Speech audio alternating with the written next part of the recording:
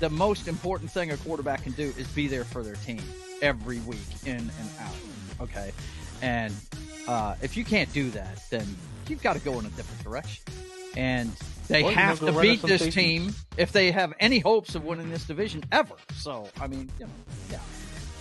Go ahead. I didn't mean to cut you off there. No, I'm just saying, or you can just go ahead and run it to safety. Here it is again.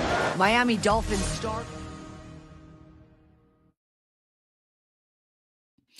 All right, boys and girls, it is time to check out some college and NFL football here on NFL Pregame Party. It's Week 10's Tailgate right now. Yeah, there you go. Let's fucking go. Let's fucking go.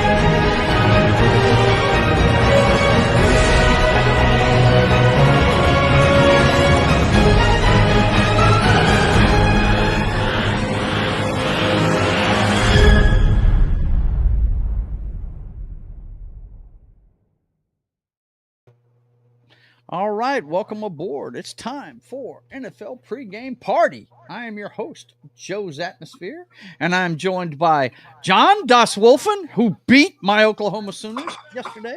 How you doing, man? Doing fine. Happy that Mizzou won.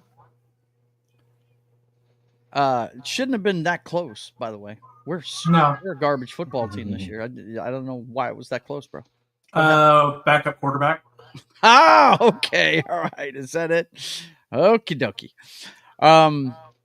We're also joined by Knock. You guys have to excuse me. I'm setting up the Rumble stream last minute here. I forgot to set it up. So. Hey, man, I got up too early, which means I think I'm ahead of the curve, and I'm really not. Knock, how are you doing this morning, buddy? How was your day? You were enjoying it because you watched all of it, and there was a lot of upsets yesterday, apparently. There were not as good as that one day that, of course, I was out for the You weren't even watching, right? Yeah. And there was 100 upsets, but it was pretty close. Yeah, there were some good ones, some top fours, a couple of them going down, which was really fun to watch. Yeah. And it's gonna. I can't wait for the rankings this week. Every SEC is beating themselves up right now, and it's fantastic. Yeah, they are, and yeah, we got some stuff to talk about there. Give me 1 second. I'm gonna set this up and get it rolling real quick before we really get into it, because I want the guys on Rumble to be able to see it. Let's see. Yeah, we should be set now. I can go ahead and add them to it. While you're doing that, we're down to the 4 remaining undefeated teams. Indiana, Oregon, BYU, and Army. Yeah. Yep. Okay. Well, you ready to get started with your college football report, my friend? Always. All right. Let her rip, man. So the beginning of the week is always the mainly the MAC, which is fun. Bowling Green is near the top of the MAC for that one. They get a win. Miami gets a win. That was Tuesday night. Then Wednesday night, Ohio still ahead in the MAC as well. Western Michigan, who was undefeated in the MAC, get their first loss to Northern Illinois. And Northern Illinois was the one that beat Notre Dame. So don't forget about them. Thursday night, just some more, low games, nothing crazy here. Then we went into Friday night. Now, the biggest thing for Friday night was Iowa losing to UCLA. I was a little shocked on that one. Yeah, Iowa was, kind of a fringe Big Ten, but they still had a shot. But this pretty much killed it. So, and then Memphis still rolling along. They're 8-2 now. Not really a favorite in the Group of 5 contest, but still someone in it. statistically, so not bad for them. 8-2 now. And then going into Saturday, I don't know why Boise State's on top, right? Because they're my favorite team, so on ESPN. So that's probably why they're on top of the scoring list here. But still in the race for that Group 5, leading the race anyways, and getting into the top 12 in their own right. So they're not just number 12 because they're Group of 5. They're 12 because they're the 12th team in the nation. So good for them. Not because they're Group of 5, but their own accord. So that's pretty nice. It was Ashton Genty once again, over 200 yards rushing, still trying to catch Barry Sanders. So good on him. Oregon still rolling along 39-18, so they're still number 1 in the country. They're going to stay there. Ohio State, 45-0 over Purdue, so going to stay at number 2. And then we get into these two right here. 2 games of the week. 28-10 over Georgia. Ole Miss over Georgia. This is. I love it, man. Did they expose the Georgia quarterback in that game? They did, and yeah, and a little bit of the defense was exposed a little bit as well too. So Georgia's not as dominant on defense as they used to be. So next week it's going to be crazy.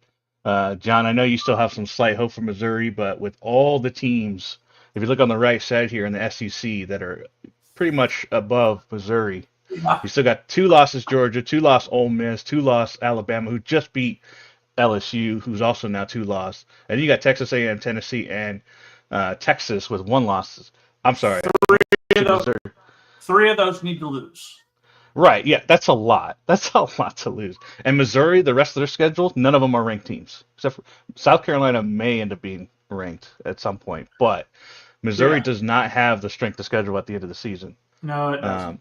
So to there's keep up still with a chance. There's always a chance. There is a chance. I'm gonna keep an eye on it, but there's just so much ahead. Stranger things have happened.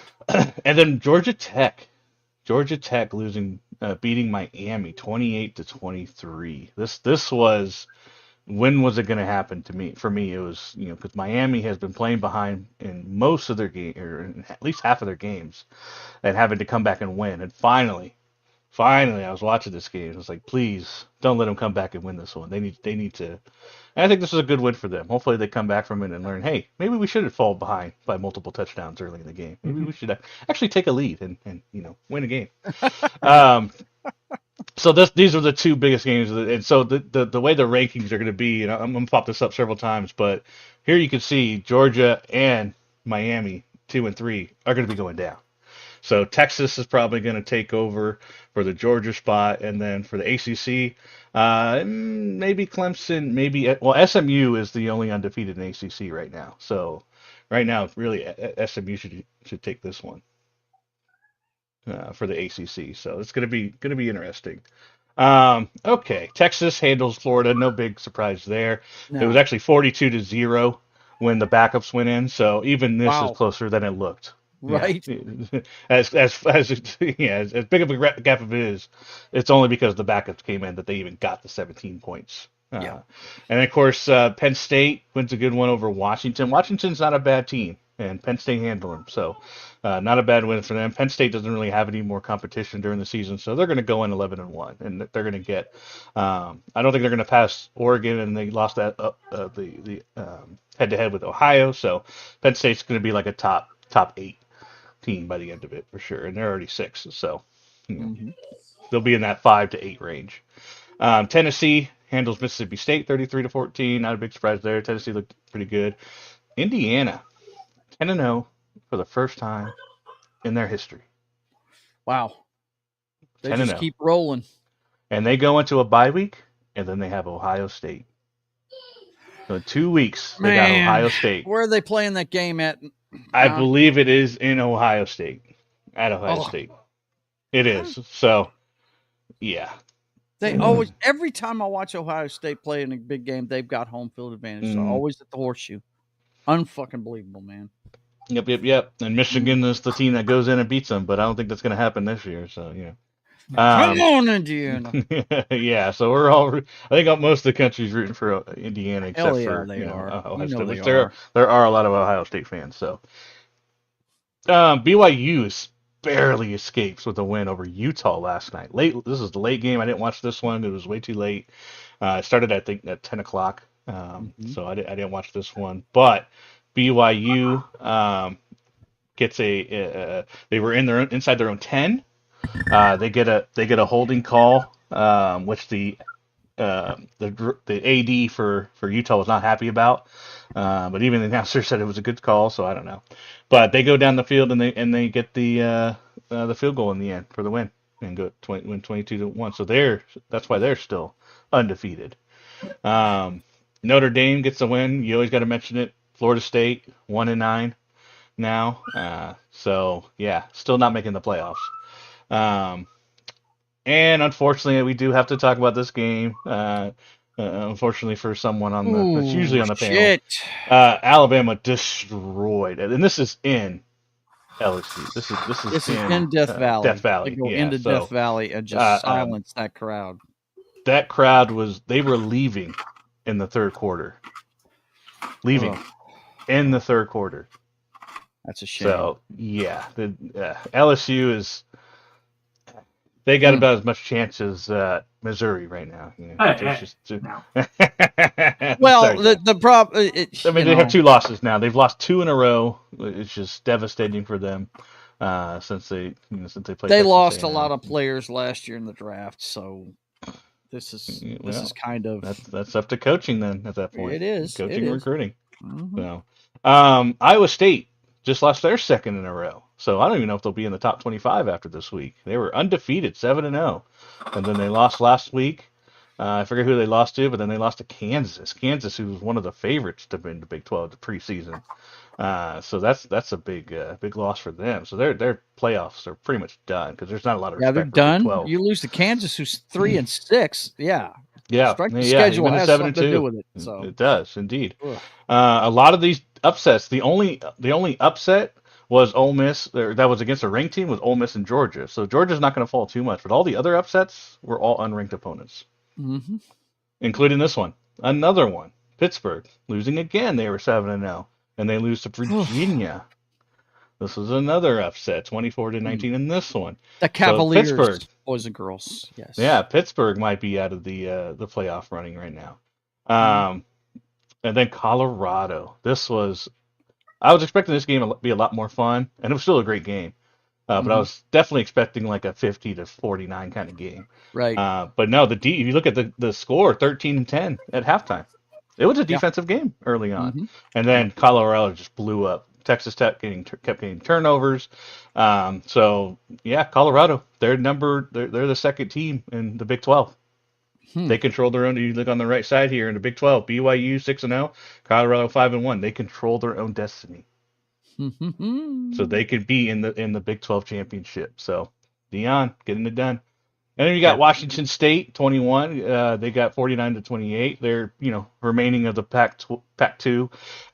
Their only hope is to keep winning out, and then hope that the top at-large teams all lose. So kind of a faint chance there, but that's their only avenue to get in is at-large. They're not considered a group of 5. They're not considered any power. So they have to win by ranking higher, and their only loss is to Boise State. Oh, wow. I'd really like to know the story behind that conference getting dissolved like that. I really would like to know that. Oh, I could definitely tell you about that, but we don't have time. But it is coming back. It is coming. Boise State's moving on. We got a bunch of teams coming over, so they're rebuilding it. So it's just a TV deal. All it was, Joe, it was just a TV deal. That's it. Yeah. If you want to simplify it down to as simple as could be, it was literally just a money deal, and the Pac-12 not able to secure one. Yeah, it's always the money. Yep. And it's just follow the money. Absolutely. But I don't think we've ever seen a max exodus from one conference like that ever before. Wow. Yeah. So Clemson trying to get back on track after the big loss last week. They did take out Virginia Tech. Virginia Tech was kind of threatening in the ACC, but this kind of put the nail in the coffin for them, unfortunately. Just that one of their scores was I think a field goal kick blocked for a touchdown or something like that. So I mean, Wow. they didn't Just have any kind of random. offense. Here's your Yeah. random 6. There you Yeah. go. And then here, this one, I didn't watch too much of this one because neither of these teams matter to me. But There's no Missouri reason to pulls out watch the win. Oklahoma this year. Sorry. Yeah, yeah. I mean, I had it on the screen, but I wasn't paying attention to it. To be 'cause I had all the truthful, games. John, you should be embarrassed the score was that close. Yeah, 20 points in the fourth quarter to take this one. Yeah, this was. Well, But that's a rivalry game. You kind of throw out the records in that one because they know each other very well. So like most Missouri teams, there's our defense is actually stronger than our offense. my favorite games was watching. Was it Baker went up against Chase Daniels? Yeah, I think Might so. have been when he was young. He might have played against him because Chase Daniels was awesome, by the way, guys. And in college, he really was. He just didn't make the. He just the couldn't leap be a to- starter in the NFL. Yeah. But man, wow, he was great at Missouri. Oh yeah. Didn't he win a SEC championship before he got in the NFL? Wasn't it the first year? No, No. Okay. we he didn't make SEC champion. We won. We were our division champion, but we weren't we weren't the SEC champion. We were the East or West champion. Yeah.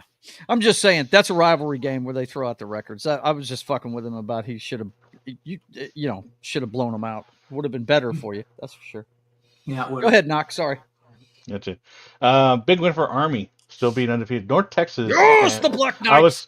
The one reason I was hoping that Highlander would be here because he would validate how good North Texas is. Yeah. They are a decent team. He that was the game he went to where he saw them play Tulane, and you Yeah. couldn't stop them offensively. They couldn't stop each other offensively, and yet Yep. North Texas only scored 3 points in this game. Now there was 2 interceptions in the end zone for North Texas. Army took away.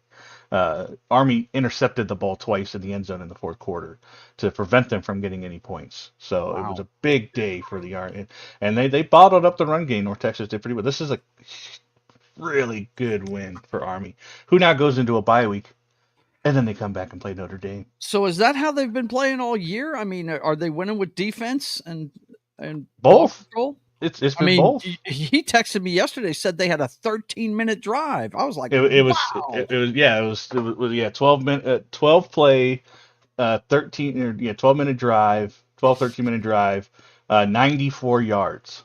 Like Jeez. that's the norm. Like, That's Army football. When it's running right, that's the way it's supposed to go. now I would say they more average like 8 to 9 minutes, but that one was particularly long because of how far they had to go. But yeah, no, that's how they. But they keep doing it. Like they do it on every single drive, is what they do. So they get up to 35 points, and their defense doesn't give up a lot. So yeah, this is a 14-3. This was a great win. I'm hoping that when they come back and do Notre Dame is a good team. So yeah, they're gonna they got a bye week and then it's Notre Dame. We're gonna find out what they're made of then. Yes. So and unfortunately, we're hoping that it's not like Navy because Navy floundered. Navy completely is like they forgot what football was. They were fumbling. They weren't. They were not. Just everything that could have gone wrong went wrong because they're like deer in the headlights kind of level. So hopefully that doesn't happen to Army. But even if it does, it's a non-conference game. So Army only has one other game in the conference for them, and then they will play. Right now it's Army 7-0 in the conference. There's 8 games, and then Tulane is 6-0, and then Navy is 5-1. So we'll see what happens when that shakes out. But Army definitely has the lead in that one. Minnesota Rutgers. This is a pretty decent game for a Big Ten game. Rutgers pulls it out. Boston College over Syracuse. Syracuse is Kyle McCord there. He's getting kind of beat up a little bit. So this was a really fun game. Big 12 is so much fun. They're all beating each other up. They don't. The Big 12 doesn't get a lot of respect, but it's mainly because they're all beating each other up. Like there's no high. The big dogs are gone. Well, even still, like the teams like if you take out Ohio and Oregon from Big Ten, they're all beating each other up. Right, they would all be doing the same thing. So, and then Texas, UL Monroe. Unfortunately, they were like 4-0. I think at one point now they're 5-4. So yeah, their fall from grace is damn it pretty big. Yeah, but Texas State is still in the Sun Belt race, and then they need some losses right now. It's just But good news, and I'll mention it down the line, is Louisiana Raging Cajuns. But I'll mention them in here in a minute. Navy coming off of 2 losses in a row, one from Notre Dame and the other from Rice. But they get South Florida 28-7, so good win there. UConn in the independents. I don't know why I keep bringing them up, but 7-3. I just like seeing an independent like the UConn win. They're a basketball team through and through. They're not doing anything. They got a bowl eligible, so let's get on them. Marshall got the win, and then they're tied for first in the Sun Belt in their division, so we could see them in their championship game. Duke and NC State was a pretty decent game. Duke pulls it out in the ACC, 29-19. San Jose State gets the win over Oregon State. San Jose is probably the biggest threat, one of the bigger threats to Boise, which they play, I think, next week or the week after. I can't remember, but they're the next game that Boise plays, so they could play spoiler to Boise. JMU rolling along, 30-7 over Georgia State. Just kind of look at it. Tulane still got the hopes alive for that playoff spot. 52-6 over Temple. So just letting the offense fly. This was kind of a disappointing game right here. South Carolina and Vanderbilt. South Carolina just whomped them 28-7. It wasn't even really a game, so it was kind of disappointing. This was a crazy game right here, Joe. Jacksonville State and Louisiana Tech, 44-37 in overtime. Unfortunately for Louisiana Tech, they were up by. So this is crazy. They were up by 6 in the fourth quarter, right? And the last play of the game, Jacksonville State throws a Hail Mary touchdown, right, to tie it up, and then they miss the extra point to win the game. Oh my God! And so they have to go over to overtime, where Jacksonville State gets the ball first. They score, and then Louisiana Tech, unfortunately, turnover on downs, lose the game. What are you gonna do? So that was a crazy ending to that game, to get a Hail Mary and then miss the extra point. But that was crazy. Arkansas State and Louisiana. This was for the first place position in the West for the Sun Belt, and Louisiana handles them 55-19. The Raging Cajuns are representing at least. They are now 8-1. They have sole custody. They up by 2 games now with that loss, or with that win. Texas State and Arkansas State have 2 losses in the Sun Belt West. Louisiana is undefeated at 5-0. So they have 2-game lead with only 3 games to go. Wow. So they control that division and will be are favorites to be in the Sun Belt Championship. And then, of course, you got Western Kentucky. They're favorites. They're undefeated in the Conference USA, and they're at 7-2. They beat up New Mexico State. UCF and Arizona. If there's a game that UCF is in, or Texas Tech, like all these Big 12s, I'm sorry, Big 12 is the most fun to watch, just because they're all so even. UCF is 4-6, but unfortunately, their defense isn't that great, which means this is like the new Pac-12, like right now. It seems like just high flying, making good plays. So or Arizona State 7-2, 4-2 in the Big 12. They still have a chance. 35-31 over UCF. UCF is just playing spoiler at this point. TCU over Oklahoma State. Talk about one of the disappointing seasons. Oklahoma State 0-7 in Big 12. Oof. So it's coming over from the Pac-12. And then this was a pretty decent game. UNLV over Hawaii, 29-27. This was a really close game. Then Air Force. Look at Air Force. 36-28 over Fresno State. Fresno State's not a bad team. They've kind of fallen down a little bit, but Air Force gets a win. Last game of the night. There you go, Highlander. If you're watching, Air Force won for you, buddy. Good to see you there, Christian. Good to see you, buddy. Hey. Thank you for watching. So what we're looking at right now is just kind of going down the line here. You can see here on the right side of the screen. You guys can pause. We're not going to go crazy detail into it, but Power 4. This is the conference races. You got the ACC, SMU and Clemson and Miami are the top ones in the ACC. Big 12, BYU and Colorado. Big 10, Indiana, Oregon, Ohio State, and Penn State are the top teams in that one. I didn't include the 2 lost teams on this list because there are no 2 lost teams in the Big Big 10. They're all 3 losses. And then you got SEC. You got Texas A&M, Tennessee, and Texas, all with 1 loss. And then you got 2 losses: Georgia, Ole Miss, Alabama, LSU, and Missouri. I did want to put out for SEC because this is definitely one of the crazy ones is Tennessee has Georgia next week. So Georgia on this list for the 2 losses has a chance to get bring Tennessee down, right? Mhm. And then you have Texas A&M, who's got Texas at the end of the season. So they both have 1 loss. So that's another 2-loss team right there. See, So that's one of those games. This is where John has his chance. Yeah. That's Texas versus Texas A&M. I'd be rooting for a tie and as many friggin' injuries as possible. That's what I'd be rooting for. So if Georgia wins next week, and then you have Texas A&M and Texas, either one of them is going to lose. That means you're only going to have if they all else win out, you'll have one team in the SEC that has only 1 loss, and then everybody else will have at least 2 losses. Don't tell me. So so you still got Georgia, Ole Miss, Alabama, LSU, and Missouri with 2 losses. So that SEC is going to be crazy at the end of this. So yeah. But if it's a mad scramble for the playoff. Wow. Yeah. So and then I got this right here. So this is hang on. I want you to show what you think of the games next week first. Before you show this. Okay. Go for it. All right. So for the MAC Nation. You got some pretty big games. Western Michigan and Bowling Green, they're both 1 loss in their conference. That's a big game. Toledo trying to stay in it. That's Tuesday night. Wednesday night, you got Miami, Ohio, who's trying to lead the conference or their division, conference, and Ohio. So those big games for them. And then Friday night, let's see, Colorado State is undefeated in the Mountain West, so this is a big game for them. Let's see, and then let's go to Saturday. So Saturday, I didn't see anything too crazy on Saturday. Oregon and Wisconsin, they're going to handle them. Ohio State, Northwestern, going to handle them. Penn State, Purdue, they're going to handle that. Cincinnati, Iowa State. Iowa State's not. I don't think Iowa State's going to be ranked, but this is still a Big 12 game, which means it's going to be fun to watch. Yep. Washington State still trying to climb, so they'll probably be inside the top 20 after this week. Over New Mexico, and I think they can handle that one. Yeah, they should. Let's see. Nebraska and USC might be a decent game to watch. Neither team. Oh, God. Crazy, Talk about a tie and as many injuries as possible. Please, let it happen.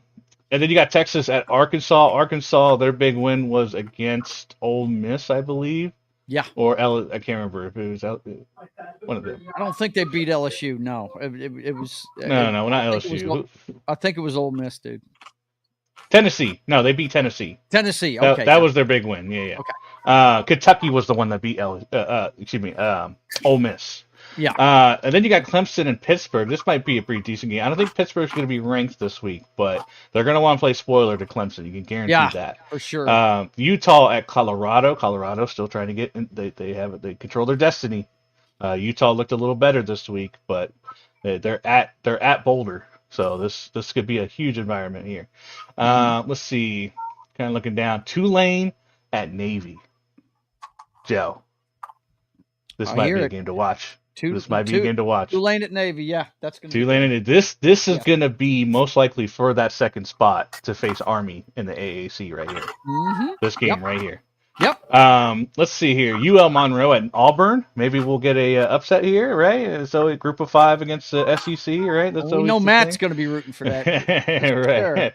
Right. Let's take a look. Mercer at Alabama. Woof, man, game of the week. I tell you what, just wow. That's crazy. It's crazy to have a bye week this late in the God, man. This bothers me so much. Yeah, and I know they're going to get money for this, but this the gimmies are like that's the preseason in college football. Yeah. That's when you play the FBS teams and stuff.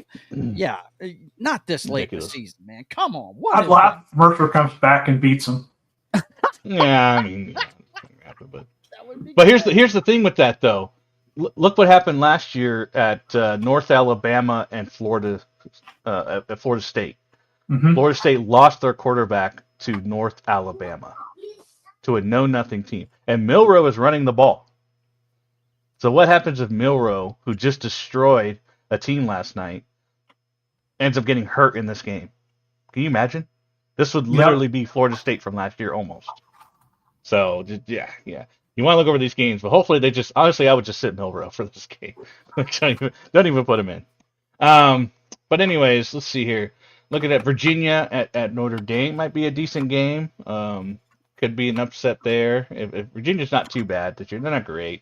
I think Notre Dame can handle them, but you never know. Boston College at SMU. SMU now has the sole lead in that ACC, the only undefeated team in the ACC. So that could be a big game there. And you got LSU at Florida. Florida's not so great this year, so I think LSU should be able to handle that. Just kind of looking at anything else big next week. South Carolina may be ranked after this week, so Missouri at ranked South Carolina possibly. Might be a decent game there.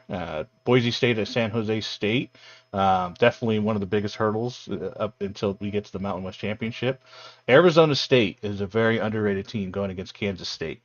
So this could be a knockout game for one of these two teams. They're both got 2 losses in the conference.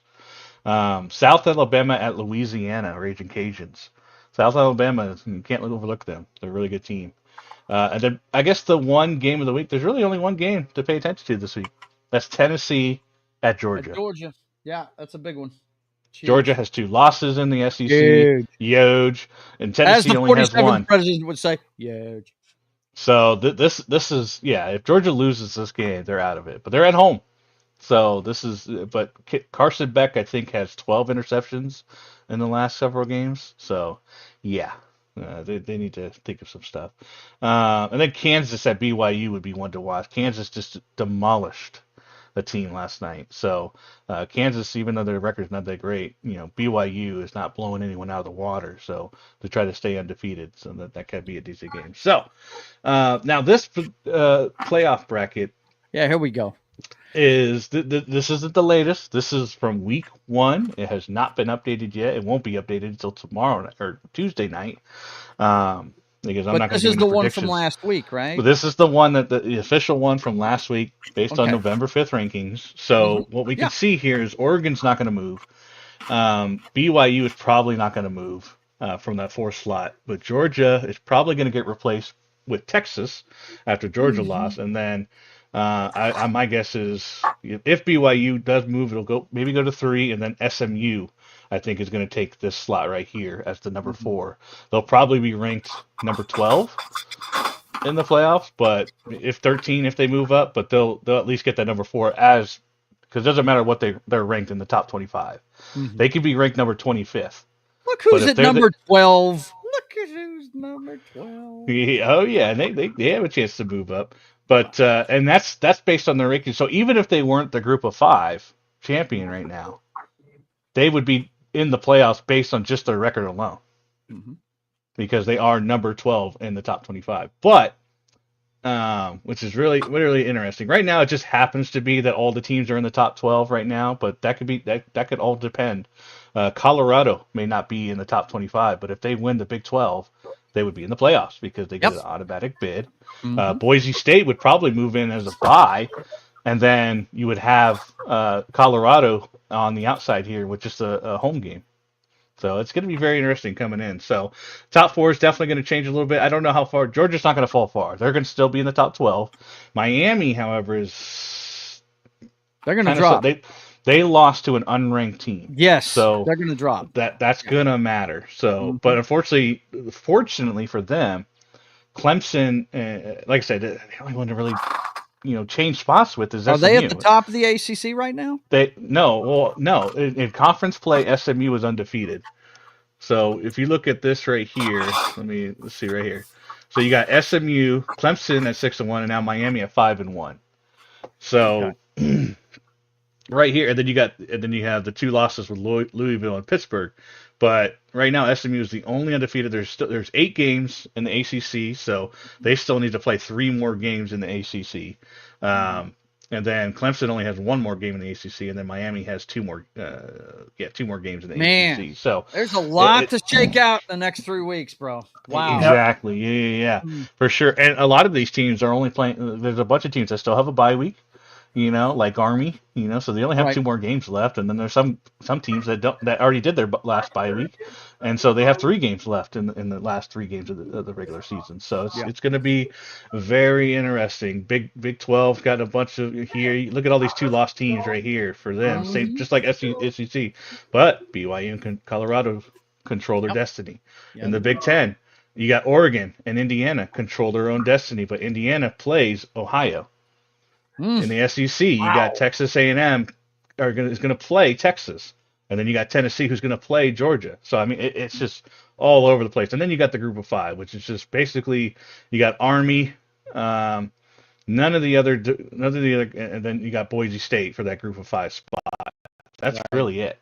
That's it. Everyone, Tulane is somewhat on there, but Tulane's going to have to beat Army, and they're going to have to beat the ACC, and they're going to have to hope Boise State loses a game. So Tulane is like a fringe at this point when it comes to that. So that's that's college right now, and even So it's a lot of fun. I'm going to be watching it throughout the week. I'm especially really liking the lower tiers as well, just because they're just so beating each other up kind of thing. But yeah, I have no idea. Indiana Ohio is going to be such a fun game to watch. I really hope Indiana pulls it out. I'm rooting for them because that basically puts Ohio out of the Big Ten championship chance. But they'll probably still get ranked in there. So we'll see Tuesday. The AP rankings are still coming out this afternoon, and then we'll get the new official rankings on Tuesday night at, I believe it's 8:30 on ESPN. Yep. Very cool, man. All right. Well, thanks for that, buddy. Yeah, college football is look, let me tell you, the best thing they could have done was this 12-team playoff. It's the best thing to happen in college football in a long time. I'm actually already looking at 14 games this year. I'm actually going to watch them because they mean something this time. That's pretty cool. All right. John, what do you have for us? I see you chomping at the bit back here with something. What do you got here, bro? Yeah, this just came out. Mm-hmm. It's a Uno collectible card game, but it's NFL. Really? Yeah, it's called Uno Elite. Mm-hmm. It's officially licensed, of course, but they've actually got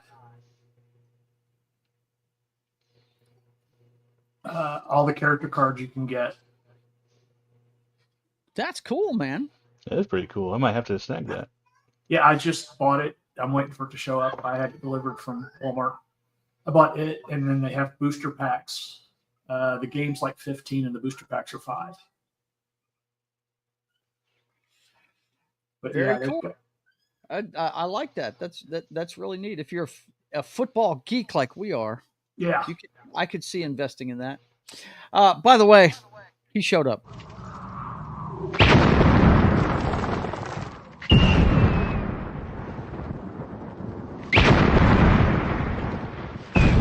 There are some who call me Tim. How you doing, Tim? It's good to see you, man. Okay. Thanks for that, guys. Let's go ahead and dip our toes into the NFL now. And we have a scoring update just now. Was that a run or a pass they scored on there, Knock? Did you happen to see while we were doing it? I think it was a run. I was trying to watch it. Hang on, I'll go right. I got. They were at the 1 yard line. I wouldn't be surprised if it was a run. But I did see they scored. They put another touchdown on. I think it was Hubbard. Yeah, I think it was Hubbard going in. Check your fantasy score. It should update right. Live, right? But anyway, here late in the third, the Panthers have gone up on the Giants. This, of course, the last European game this year. It's live from Germany right now on NFL Network. If you have that, you can watch Hubbard. the rest of it. It was Hubbard? Okay. I've got it on over here next to me. That's why you guys see me darting back and forth here. I'm not watching a tennis match, and that's why Knock has to get my attention every once in a while. I'm trying to pay attention to too many things. But we'll keep an eye on this and let you know what's going on with it. The first thing I think we need to talk about this week, guys, is the Thursday night game. And this game, once again, is a game that screams for the remote referee, the referee that can call down to the field and let them know what's going on, because there was how many calls on that 2-point conversion that the Bengals tried that they should have called? There were. I think one defender had 2 different face masks in the same picture. In the same fucking play. Yeah. They had a face mask. No. I'm talking about one guy hitting 2 different, and then there was a third one in there with a separate guy, but one defender with 3 face. They mugged the tight end basically at the line. They did. Yeah, and that too. But this was a really good game. Really, the Bengals, they had it under control until what a play that was. Just a short hitch route to the outside. He hits, what's that guy's name? Is it Williams? For the Ravens. And he stiff-armed two guys on his way to the end zone and walked the tightrope right up the sideline for like 70 yards. It was ridiculous, man. And that just shows you how bad the Bengals defense is. I mean, they just, wow. Yeah, I mean, you score when you have a wide receiver that gets over 200 yards. I was lucky to not play against him in any of my fantasy leagues this week. I don't have him on any of my teams, unfortunately, but I didn't play against him. So I was very happy. I do have Joe Burrow on one of my teams, so I did good there. That's a good thing. Not as good as Chase, though. No. Jamar Chase was 44 something, and Joe Burrow was only 30 something. In my league's a little different as far as scoring wise. He got 90 points in mine, and then he had the same guy had Burrow as well, so he had 130 points on Thursday night alone. Well, Jamar Chase set a record for the most receiving yards against the same team that they play. A division opponent. He set the record for the most anybody's done in one season in 2 games against him. He probably got the most you can get in a losing effort too. I mean, God, man, wow. I mean, I said it last week. Joe Burrow's going to go down as this generation's fucking Dan Marino. I mean, the guy. First of all, fellas, when are they going to start protecting this guy? You cannot say enough about the toughness of that dude. He gets beat up on every fucking play, boys and girls. He does. He's going to be like Andrew Luck. Orlando Brown Jr., when they replaced him. Yeah, right? When they get rid of the turnstile, John? Is that what you're saying? Yeah. Yeah, maybe they'll trade with the Chiefs and get Tunsil or whatever. No, we don't want him back. Well, all I know is this. They've got to talk about it. The competition committee's got to talk about the remote ref being part of the crew. Especially in the final 2 minutes, right? Yes. Even if you don't, because I know they don't want to slow down the game and making them all removable, but at the end of the game, especially in a game like this, where if the can't Bengals could be plays, 5-5, then add the remote ref. Right? Because you can't challenge plays in the last 2 minutes. Right? One thing I like in the UFL, which they implemented to some success last year, they had what they called a super challenge, right? And in a super challenge, you can challenge anything on the field that happened. You can only use it one time per game, but you can literally say it wasn't even called, right? It wasn't called on the field at all or nothing like that. You could point to a certain play or player and say number 21 held that guy, and I want a flag for that. And if they go back and review it and it was a hold, they get that play. Wow. So you can actually point out what you believe should have been called, and it would count. That's the super challenge. Wow. That's pretty interesting, man. That would be nice. That's in the that's in the UFL. UFL. And that's on top of the remote guy that's in the booth that they call every single time. Right. They've been so successful at you see the entire workout of how they do the calls. Mm-hmm. Yep. Okay. So that right there, I definitely wanted to talk about that one because it was so bad. I mean, and they had to go for 2. I bitch about the analytics thing, but don't blame them at all. I don't either. We just talked about Baker Mayfield and the Bucks. Why the Bucks should have went for 2. Literally the same exact situation. Yeah, literally couldn't stop them. And if it got to overtime, they weren't. They probably wouldn't be able to stop them. So I mean, yeah, Baker Mayfield when they tossed the coin. That and what we're talking about here, guys. Hang on, let me go back and get that game up. It was the Monday night game against the Kansas City Chiefs. I got to go to schedule. Baker playing his mind out, his heart out, and playing fantastic, man. Against the world champions. Has no wide receivers and just none. Like everyone's beat the hell up, and they're still in it. And going you guys overtime. Wonder why I'm such a fan of the guy. I mean, I love him. But anyway, yeah, they don't go for two. They friggin' kick the field goal. They get the extra point to tie it, and then they go for the coin toss. And as soon as Kansas City won the toss, you saw Baker. He just went, oh, because he knew he was never going to see the ball. He knew it.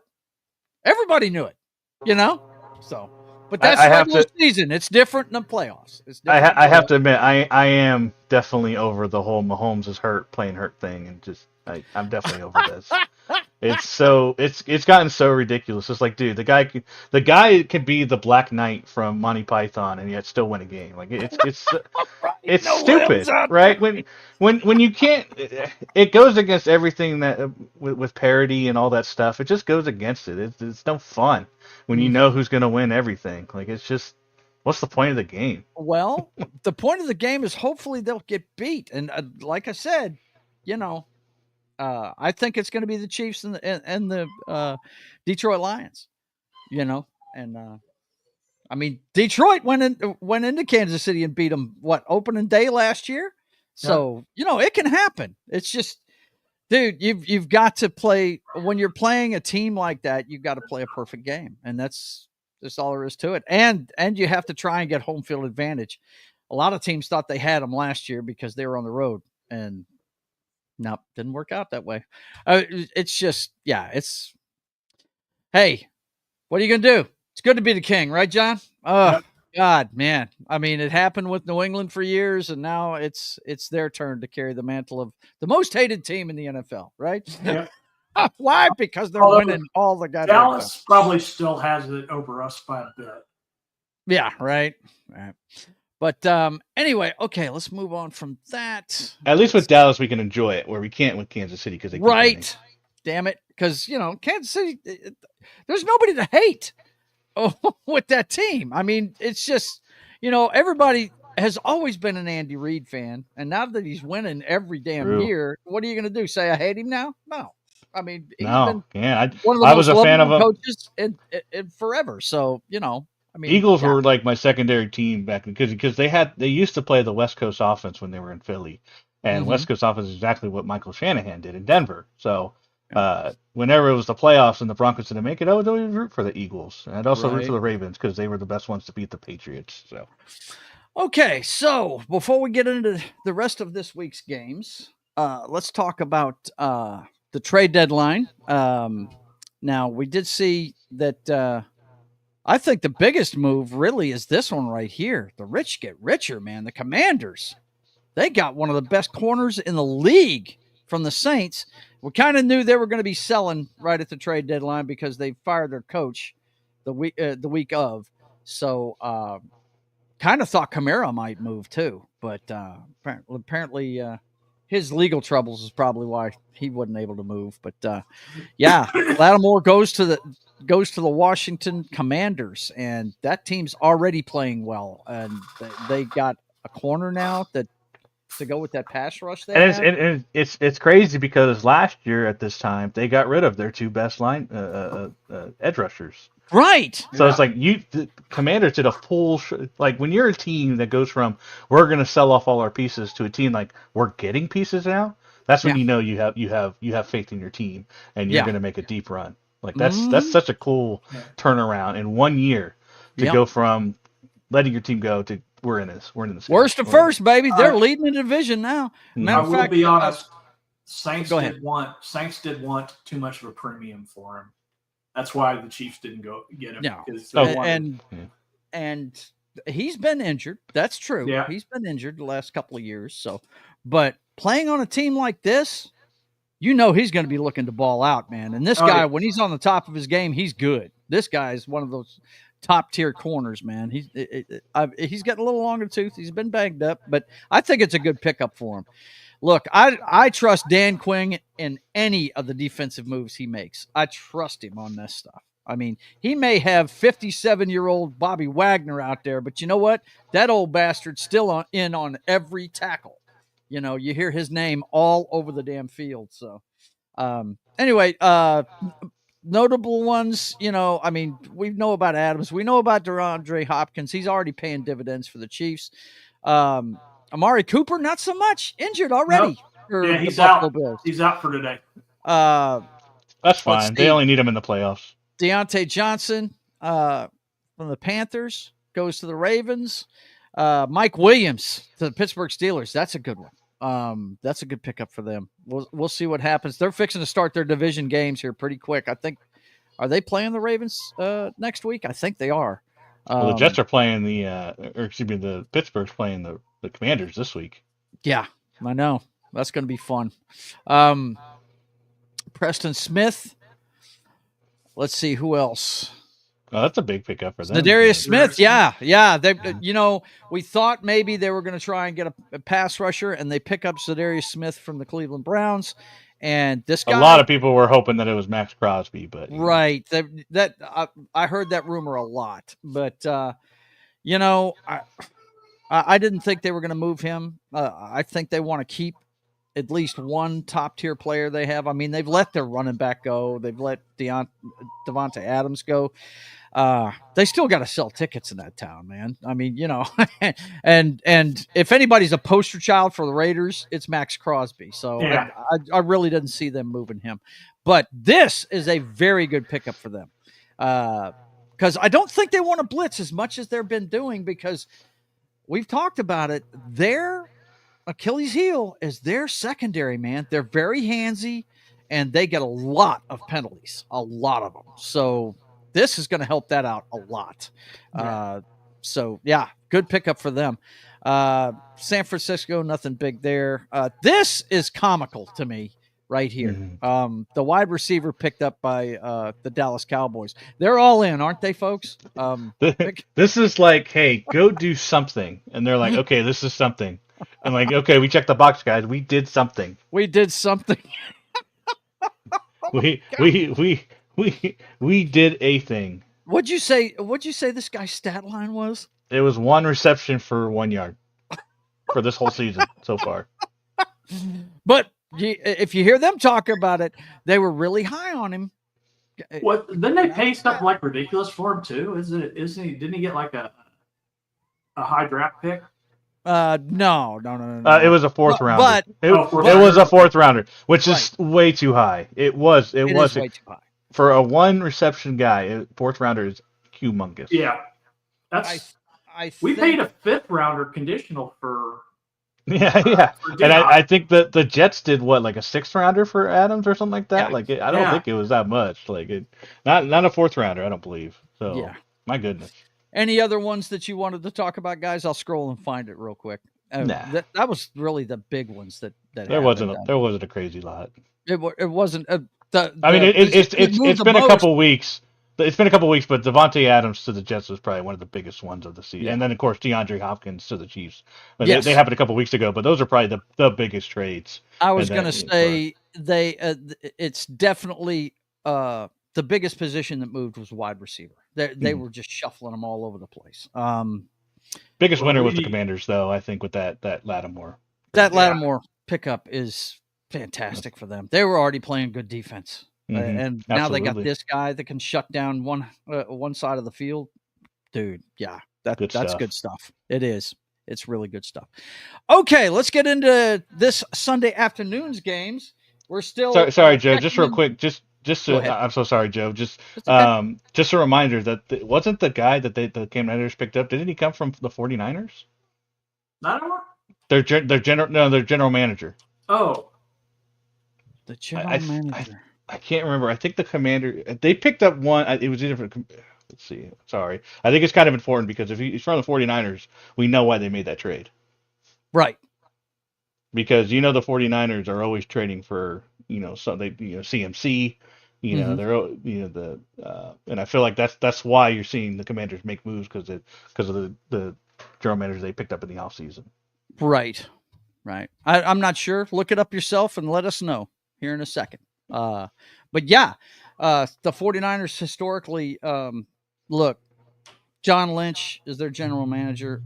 He's an extremely smart dude, knows football like it's nobody's business, and he's made some great moves for that team. He really has. He's plugged the holes through free agency, that's for sure. I mean, McCaffrey's probably the biggest pickup. He was. Happened. So yep. They get him back. Yeah, they get him back today. Yes. Go ahead. Sorry. Peters joins the Commanders after serving a variety of senior leadership roles with San Francisco. Yeah. So most recently as the team's assistant general manager from 2001 to 2003. So he was a with part. John Lynch. What did I just say? Working with John Lynch. So this is a 49ers move right here. This is what the Commanders wanted when they hired him to make these kind of decisions for their football team. So that talk about a team that's grabbing from successful teams, building teams, and and all they had to do was change ownership. That's that too, yeah.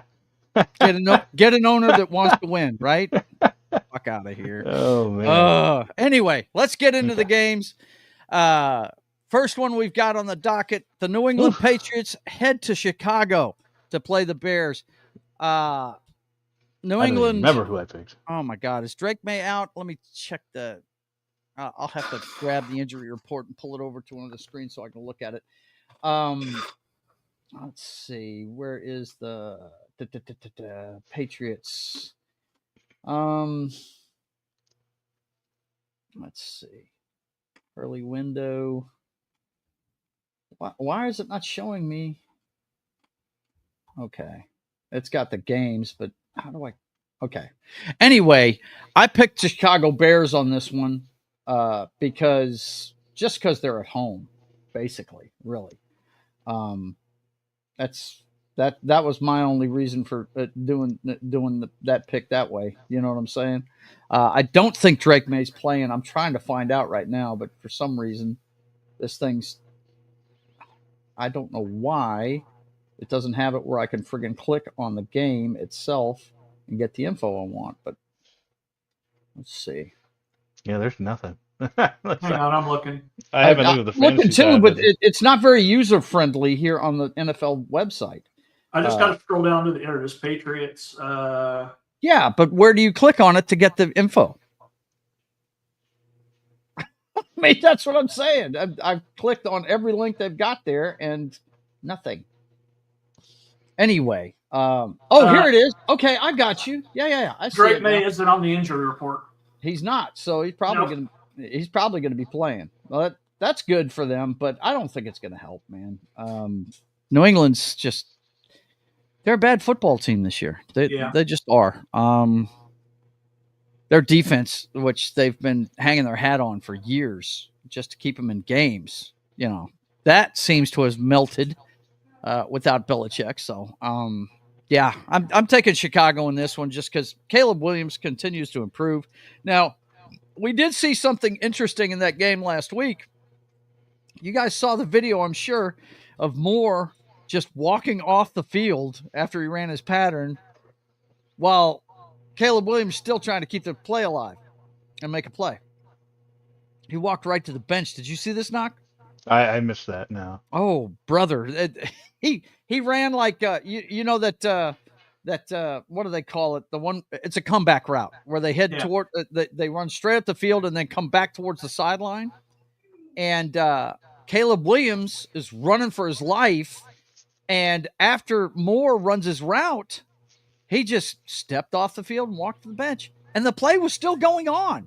He didn't throw the ball for another good 2 seconds. It was a bad look, man. It really was a bad look for that player. It really was.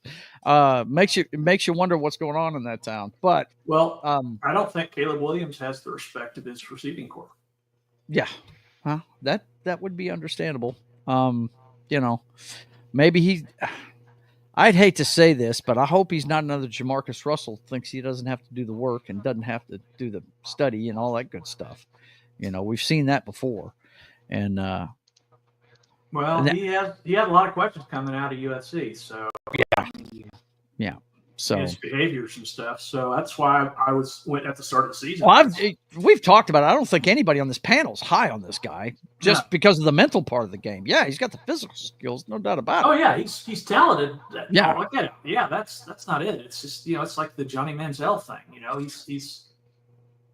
But I think that.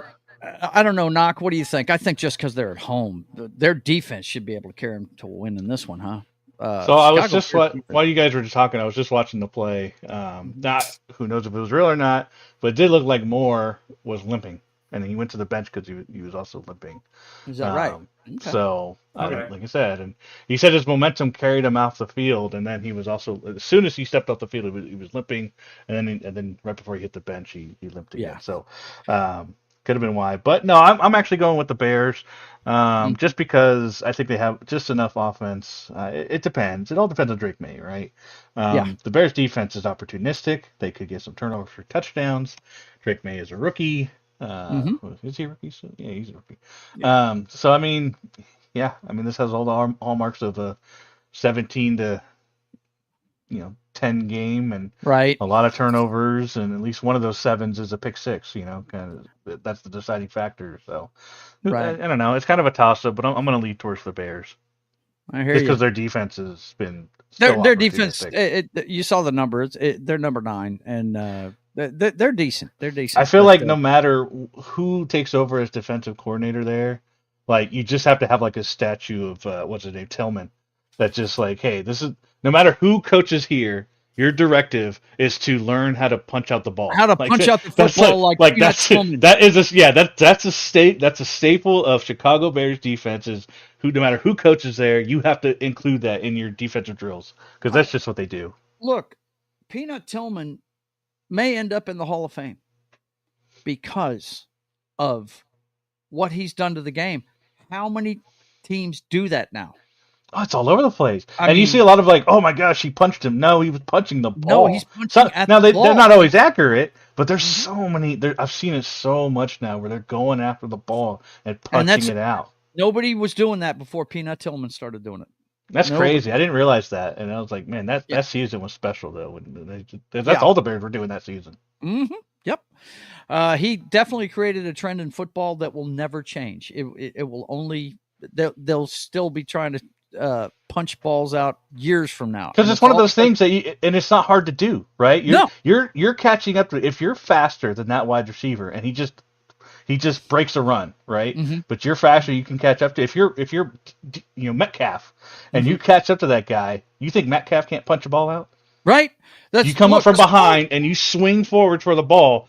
Boom, turnover, huge momentum shift right there. That's such a fun play. I love it. But you got to figure the smartest thing to do. Oh, wait a minute. Looks like Daniel Jones just ran for a touchdown. Oh, no. Looks like he did. Yes, sir. Here we go. Extra point is good. 14-17, boys and girls. 14-17. Coming back. Daniel Jones got the comeback is real. Yeah, right. The comeback is real. They've got 8 minutes and 33 seconds left in that one in the fourth quarter. So if you're a fan, go check it out. They're within 3. Daniel Jones ran it in on a play action rollout on the 1 yard line. So, yeah, good stuff. Well, good stuff. I'm just glad it's not a blowout for the Germany fans. Right. I told my wife this game. morning when I was cooking my breakfast, I said, well, we declare war on Germany today. And she goes, what? I said, the Giants are playing the Panthers in Germany. She goes, oh, I didn't know what the hell you were talking about. Oh, yeah, Daniels ran like 3 or 4 times on that. Looks like they're just letting him run. Let him cook. Well, that's what they should do. I mean, look, the guy is not Joe Montana. Fucking call the game to his abilities. And, that's what they did in that one playoff game where he played like Joe Montana. He ran more in that game I'd ever seen him run. And when he was throwing the ball, it was easy for him because he felt comfortable because he was playing his game. So, yeah, why wouldn't you do that? But anyway, go check that out. That's going on. We got 8 minutes, 33 seconds left in it. Next up on the afternoon slate of games, we got the Buffalo Bills going into Indianapolis. The Flacco Saints has failed, it looks like. It could turn around, but I don't imagine it's going to. And it just got called that Pittman is out as well for the Colts. Oh, my God. One of their best weapons on the outside. Mm-hmm. Out. He hasn't been as crazy this year. Last year he was fantasy gold mine, but this year has not been so great. But they've been shaky. It probably has a lot to do with who's throwing the football too. But now he's also hurt, so he's out for the game. Mm-hmm. So that's one weapon away, and they're going to rely on the Bills. Yeah, Cooper's out for the Bills, but friggin' They weren't Loma contingent could on run them. So for touchdowns and win this game. I just well, they have Cook. They have Yeah. Coleman's kind of been a bright spot for them. The wide receiver Coleman. So they've managed without They've got a lot of Amari weapons Cooper. still. So They do. I'd give it to the Bills in this one. The Colts are just a broken team right now. They are. I mean, when Richardson tapped out the other day, that was a clear signal that maybe this guy is not what we need at quarterback. Because you just can't do that. I mean, you saw in the opening clip we were talking about it last week. Your quarterback's got to be there every down. That's what you really depend on at the quarterback position. You know, and not run into safeties. Right, and not run into safeties. Yes, exactly. Very important. Very important. Very important. With your head down. Yeah, specifically not head first. Right. Yes. Very come on, man. You're a quarterback. Slide, Tua. Come on. Give her brother some hope. Come on, man. All right. Next up, we got the Minnesota Vikings at the Jaguars. Now, the Vikings have come back down to earth a little bit, but I think they've got more than enough to beat the Jaguars. The Jaguars are just weird to me, though. Every time I see them play, man, the running back, Etienne's really good. He is a really good running back. He has some decent wide receiver. Ingram at tight end is a beast. Yes. He is a beast. The problem is for the Jaguars, I think that the supermodel is out. Everything you say about Josh Allen, that's what Lawrence is actually. Oh, yeah, I know. Yeah. Jones mental pygmy. You're right about that. I heard that earlier this week. Yes. Matt Jones is going to be quarterback in the Jaguars today. Now, maybe he can give him a spark. I don't know. But he hasn't played. Really? Did they really bench him? No. Trevor out. Lawrence is he's hurt.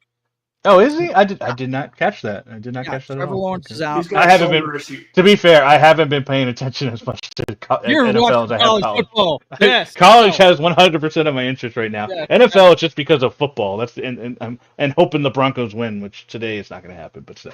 Now, I would love to see Matt Jones come out here and beat this team up, but you're talking about the Minnesota great defense. And then you got T.J. Hawkinson back. You still got Justin Jefferson. Right. Yeah, that team is just so good. I don't think this is going to be pretty. Matt Jones could be on the deck a lot today. But anyway, and Van Ginkel is always lurking out there, man. Yeah, that dude. I love it's like watching Teddy Bruschi back a decade and a half ago for the Patriots. He'd always do that fake, run like he's blitzing and then drop back. That move is so ugly to a quarterback, man. You know what I mean? It's just really bad. And he scored a couple of times doing that this year. So, I have to give it to the Minnesota Vikings just on the defensive side alone. And it might be an upgrade for the Jaguars at quarterback. It might be, but I don't think it's going to help. I don't think any of us give them a chance at that. Go ahead. Oh, wow. Panthers fumble. Giants ball. Hubbard fumbled it. Look out. It's not good for your fantasy team. Oh, man. Damn it, son. As he was going to the ground, it fell out. Yep, as he got tackled. And the Giants have it with 8:01 left. Damn, what are they doing? Throwing the football? No, it was a fumble by Hubbard. I just said. Oh, his knee's down, man. His knee's down. No, they already called it. They already did? Wow. There was a review because it was a turnover. It's automatically reviewed. Let's see. Yeah, I guess it was moving. It was coming out as right before he went down. Looks like he hurt his knee. He limped off, but yeah, he came off the field by himself. Woof. Okay, well, there you go. 8:01 left, and the Giants have the ball back. And they're almost in the red zone already. Wow. Okay. Next delaying up, as much so we don't have to talk about this game. So Oh, okay. You want to lean into the Germany game? Okay. Yeah, right. Yeah, we don't have to talk about this game. This game is fine. Well, look, we thought the Broncos were going to show up a little bit better against the Ravens last week, and that didn't happen. So now they get to go to Kansas City. This is the deep end of the pool. part of their schedule. Damn, man. I hate it for you, Knox. I hate it for you. I will say this: they are still probably the toughest team in the AFC West that we have to face. Yeah. The Chargers are coming up, but they're not at the level of Broncos yet. I don't think. Yeah. Even though they beat the Broncos earlier. Good defense. Yeah. Well, I'm just look. Their friggin' wide receiving core sucks as far as I'm concerned. Talking about the Chargers, they fucking blow. But this game, I don't know. You know, you throw the records out in these division games, but my God, Kansas City's defense just they just terrorize people, and it's Bo Nix's first year, and yeah. Have you guys played them yet? Have you guys played each other yet, or no? Or is this the first one? Okay, this is the first game that Bo Nix get introduced to Chris Jones and Karloff. Yeah, because Max Crosby was no big deal, but anyways, and Joey Bosa, no biggies there. No biggies. But so you guys saw my text. You guys saw my text last week. I was actually pretty optimistic with the offense. Now we only scored 10 points, but it wasn't a 3-and-out fest like it normally has been. I feel like I'm actually pretty. We had 3 or 4 turnover on downs, right? So they were trying, right? Yeah. So when you get a lot of four turnover on downs, you don't score many points, right? That's bad. So I think we could have scored more if we wanted to, at least 12 more points if we had just gone for field goals and been a little bit more closer and not giving them momentum all over the game. The game just got away from them in the end. I think playing against the analytics and actually taking the points. You're not preaching that, are you? Well, there was a lot of them there at midfield, so if they could have gotten into field goal range, they would have got more points. But I think the Panthers just intercepted the ball. The Panthers just picked off Daniel Jones. Well, what's funny? They had a. Oh, he didn't even throw it to the wide receiver, Tracy, or that was the running back, Tracy Jr. just dropped it. Hit his hands, and then the linebacker was going for the tackle, and the ball just fell into his hands as he's going to the ground. Yep, he's not even looking at that ball. No, he was going for the tackle. Went right into That's his all right. Still plenty of time. Still plenty of time for the Giants, and they're backed up inside their own 10, so it's fine. Yeah. But anyways, and then eventually the game just got away from them, right? Sometimes you just once the game gets away from you, you just got beat up. But because they in the first half they bottled up Henry. But here was the problem. They couldn't stop Lamar in the pocket. Like they couldn't do it. No. They couldn't contain him when he was back there or when he got out. The Zay Flowers and all his Bateman, and they were all wide open. They stopped the run to give up the pass, and we're like, no, you're gonna beat us with your arm. And Lamar destroyed them with his arm. So still got a few sacks in there. I think in this case, it's got to be our pass rush. We have a great pass rush. We get a lot of sacks. So if we can, quote unquote, handle the supposedly limping Mahomes, and are you saying he's perpetrating, bro? I feel like he's perfectly fine. I think it's a facade, but because we're gonna hit him. We're gonna hit Mahomes. Okay, so can we do that and limit the offense, and then can our offense get going? Because all I saw last week was them getting plenty of times, but the receiver not getting open enough. So unfortunately, this might be a little bit too big for Bo Nix.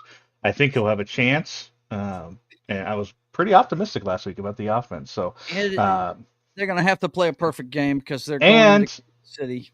So well, not necessarily. You're talking about you're definitely got the limited mistakes, but you're talking about the interception leader right now. Yeah. So, undefeated. Get some turnovers. He's thrown more interceptions than anybody. Get some turnovers. You could beat the Chiefs. It's just nobody has. It's like they could be beaten. One, and then lastly, do not let them have the ball last. That's it. Oh, no. But nobody's been able to do it yet. So, and the Chiefs historically have struggled with the Broncos. Broncos beat them last year in one of the games. Yes, they did. Yep. They struggle against the Broncos sometimes, but it's in Arrowhead, so I'm picking the Chiefs. That was a legitimate beating, not the Raiders. Oh, we beat them because we're not playing any of our starters. Yeah. It was a Oh, yeah. legitimate. It was I think in October. Yeah. I think it was Yeah. something like that. So, Yeah. but we only had like 2 wins, so it meant nothing to us other than It was the Super it was Bowl. our Super Bowl. Yeah, Yeah, it was our Super Bowl, and for them it was like, okay, well, that's a conference loss. Right. Oh well. John, it's good to be the king. Talk about your team, bro. Well, Uche's coming on for. He'll get more snaps this game. Did the Panthers just turn it over? Oh my God, they did. What? Nobody wants to win that game. Nobody wants to win in Germany. Great. Here come the Giants. Woohoo! No, they punted it. They punted it. That's what it was. It was a Okay. 3 and out. Oh. It was a 3 and out, and they punted. Yeah. Okay. So the Giants take over just. Giants get the ball again. Field. Yep. Yeah. Okay. Go ahead, John. Oof. Well, I said defensively, we've got Uche coming on. That's going to be getting more snaps. That's going to give us basically 3 pass rushers. That's. I'm circling it, guys. Number 3 defense in the league. Yikes. That's how they're winning games, man. Yeah, Mahomes is doing his job. He's throwing interceptions and so forth, but that defense keeps you in games, man. Yep. He can afford the teams aren't taking advantage of those turnovers. That's the problem. Like, they're not getting touchdowns off of those interceptions. If the team's got interceptions, because of the defense. Yeah, exactly. Yeah, that's it. Yeah, we have like the. I think if we hold you guys under 28, mm-hmm. we will have the longest streak of any team that's kept their opponents. Oh yeah, if we get 30 points, we win this game. Yeah, absolutely. There's no way. Broncos don't get 30 points. So if we get 30 points in this game, we're doing well. We know you got DeAndre Hopkins. What else do you have at wide receivers? Worthy playing? Yeah, Worthy's playing. Okay. He's been kind of banged up though, hasn't he? Yeah, he has. But he's played the field every game though, as far as I know. He has. So we know there's going to be at least one. What do you call it? Wheel route? There's going to be one wheel route with Xavier Worthy that's probably going to go for a touchdown. That's usually a given. Or a friggin' reverse. Yeah. Yeah. Yep. Something like that. There's going to be at least one of those. And we're still strong at running back. We're going to pound the ball with Kareem Hunt. And when we get Pacheco back in a couple of weeks, it's going to be even worse. Oh, you're getting Pacheco back in a couple of weeks. Wow. Kareem Hunt is playing great off the couch, man. He's having a Flacco-like run, at the running back position. He really is. And we might get Smith-Schuster back in a week or two, too. So he's out this week. I mean, because they're keeping him back. I mean, you're winning. Yeah, we're winning. Why not let him get healthy? Yeah, I understand. Yes. I mean, you don't have to push the panic button on shit. Yeah. No, and we got P. Ryan out of the running back that can sub as a. Look, you want to talk about what the problem receiver is with the damn Cincinnati Bengals? It's letting their entire backfield go. Yeah, that's for damn sure. It's ridiculous. It really is. I don't know what is going crazy on my computer, but it needs to stop. It's driving me nuts. But anyway, Chiefs all day long in that one. I think we all can agree on that. Yeah.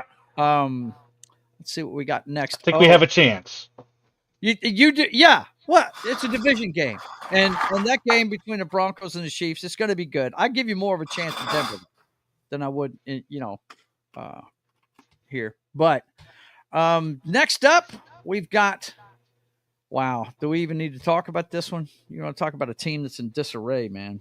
Oh, New Orleans Saints are not looking good these days, and they just lost their best cornerback. Can you guys hear that? I can't hear anything. Okay. No, I hear something. Yeah, Falcons are really starting to gel. I think they're going to be somebody at the end of the season to pay attention to. I just needed to throw to Kyle Pitts. That's all. That's all I need. It's the only guy on offense I have from them. Oh God, fantasy boy! They've got other people. London's playing well. London is playing really well. Before he wasn't, but then he just kind of shot up like a rocket. Yeah, Drake London is playing today, but he's playing hurt. Mm-hmm. But even still, when they actually throw the pitch, it's one of they their do best need guys. to throw their tight end more. It'll open everything up. Yeah. For sure. By the way, the Giants punted back. They have 3 timeouts and it's 3 minutes left. So Oh boy, they are going for get the. a couple of first downs.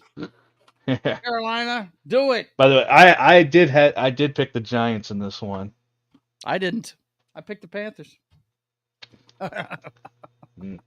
Just because I don't trust Daniel Jones, man. I just don't trust that fucker. You trust Bryce Young? Like the fuck? He's been playing well, dude. He won last week. Ever since he got back on the field, he's been playing well. Can't deny it. It's like giving my job back. Yeah. Sometimes that's what a young guy needs. A little time off. Look at things, you know? Okay, so we got is anybody giving New Orleans a chance to win this game?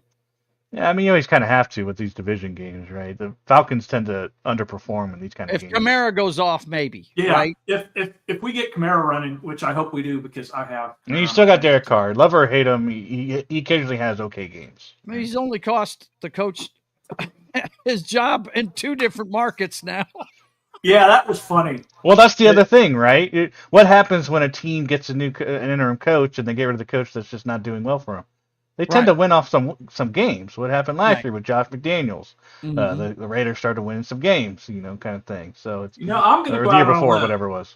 I'm going to pick the Saints. You're going to take the Saints in this one, huh? I'm tempted to, but I'm still going to. I think it's just Falcons have a better team overall. But I'm just saying, don't be surprised. Kirk Cousins is playing off the chain. So after the Falcons, they play down to their competition, and then the Saints are just coming off of getting their coach fired. So maybe that's all they wanted, and Panthers just got a first down.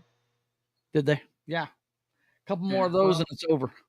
Okay, went out of bounds. But yeah, Saints are going to have a big day out of Kamara, and they just lost their best corner. It's kind of like, dude, really? Okay. I'm going to go with the hot hand. I'm going with Kirk Cousins. I'm going with the Falcons too. I'm just saying, don't be surprised. Yeah, don't be surprised. It's a division game. This could be a preview of a playoff game. If Tampa can get back on the winning track. The 49ers not been looking good. Not been looking good, but look at those numbers, man. Those numbers are good, but numbers are good, but situational football is not good for this team. And that's been the problem with Shanahan his entire career. Yep. Going all the way back to when he was the offensive coordinator for the Falcons against the Patriots. Talk about bad situational play calling. Oh my God. Anyway. Maybe, but I still blame the defense for that game. Okay.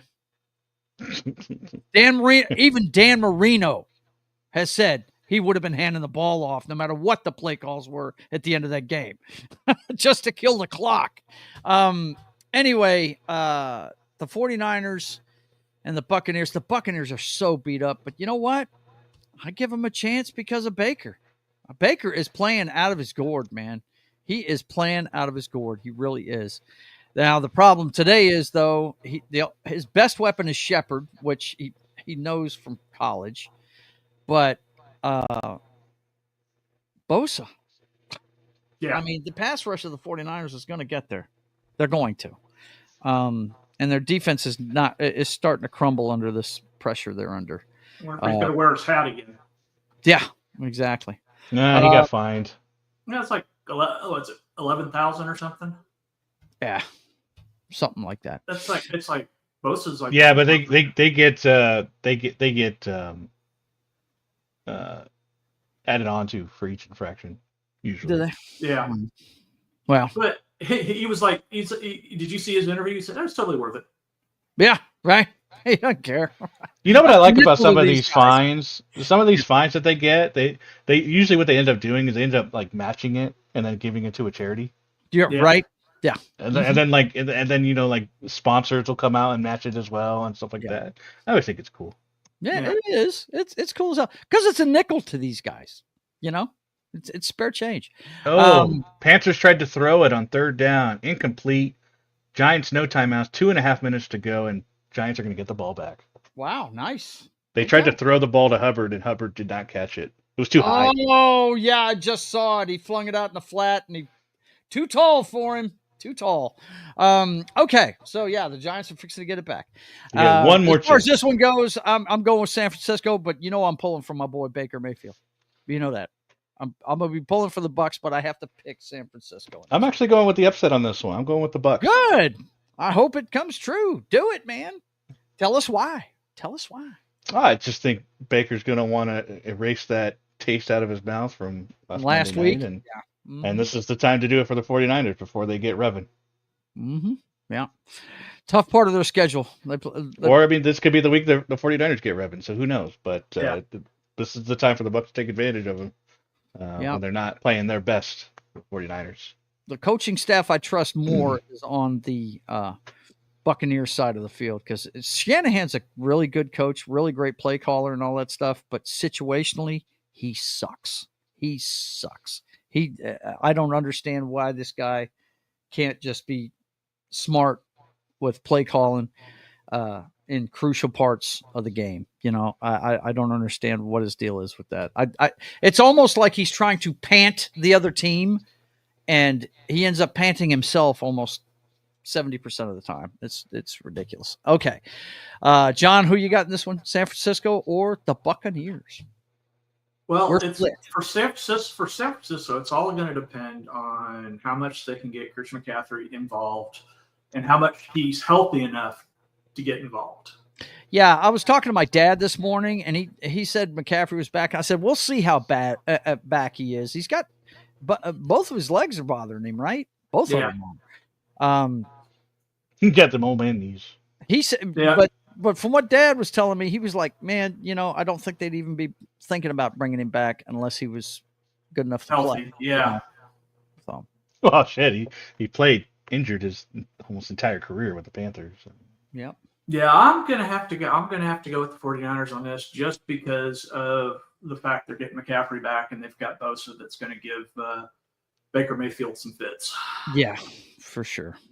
Okay. I would like to see more from Deebo Samuel. I don't feel like this year he's really shown a lot. He's questionable, and I think he's out. Yeah, he may not be playing today, buddy. I don't think he's out. He's questionable though. He's definitely questionable, but I don't think he's out. Okay, so next up we've got. Oh boy, I'd love to see this game today, boys and girls. I would love to see it. We've got the resurgent Russell Wilson, who is in an offense tailored for his skill set. Yep. Going up against, next to the Lions, I'd have to say one of the hottest teams in the NFL, the Washington Commanders. I mean, that victory against, I know it was a couple weeks ago, but that victory against Chicago, that's the kind of a team, that's the kind of a thing that you see in teams that make magical kind of runs. You know what I'm saying? Winning games like that when you shouldn't even have a chance to win them is something else. And is there any question in either one of you's mind who the Rookie of the Year is going to be? He's playing for the Washington Commanders right now. Yeah, it's gonna be him. It's gonna be Jaden Daniels. I mean, we're gonna wait for this rest of the season, but Bo Nix is giving him a run for his money. That's for sure. He is. But man, dude, this guy. Wow. I mean, if they make the playoffs, he's definitely it. Yeah. Bo Nix hasn't been doing it the whole season, but Jaden Daniels has. Yeah, he's been doing it from the first game. It's ridiculous, dude. And the thing that's so impressive to me is the guy doesn't get flustered. He doesn't get rattled. He's cool in everything he does. He never looks rattled. I really think it's awesome.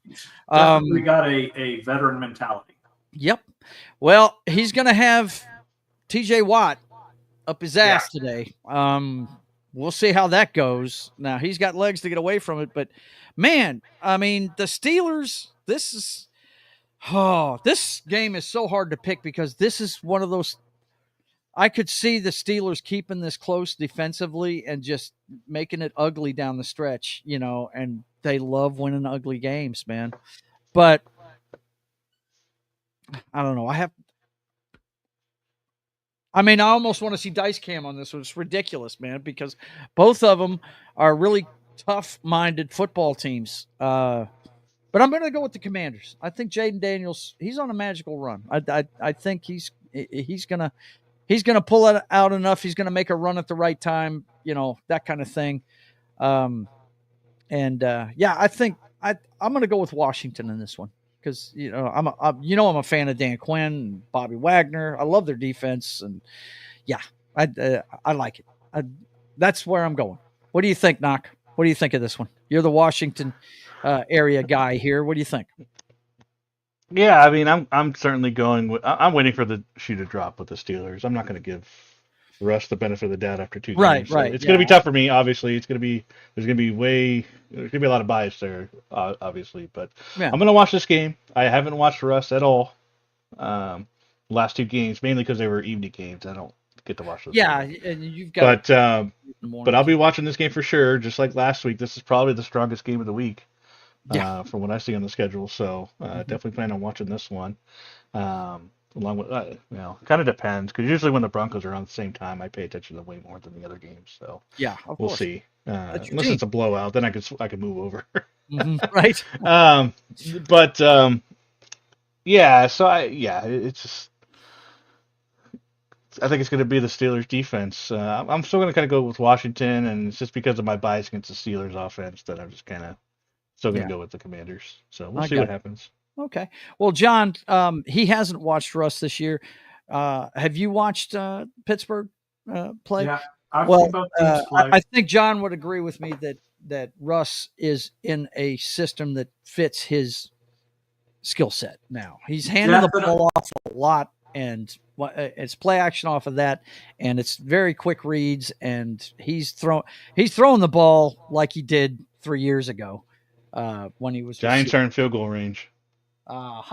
See, so tell us about this one. What do you think, John? Well, the thing is, he's like you said, he's in a system that he didn't have with Denver that plays to his skill set. Yeah. And the first time when he got out on the field, I was like, "Oh, this is going to be." He's throwing those downfield bombs like he used to. Yes. Now they're not as far as they used to be. No, but he's still hitting that long ball when he has to, and he's still dropping in the bucket. Yeah, he's not throwing laser beams.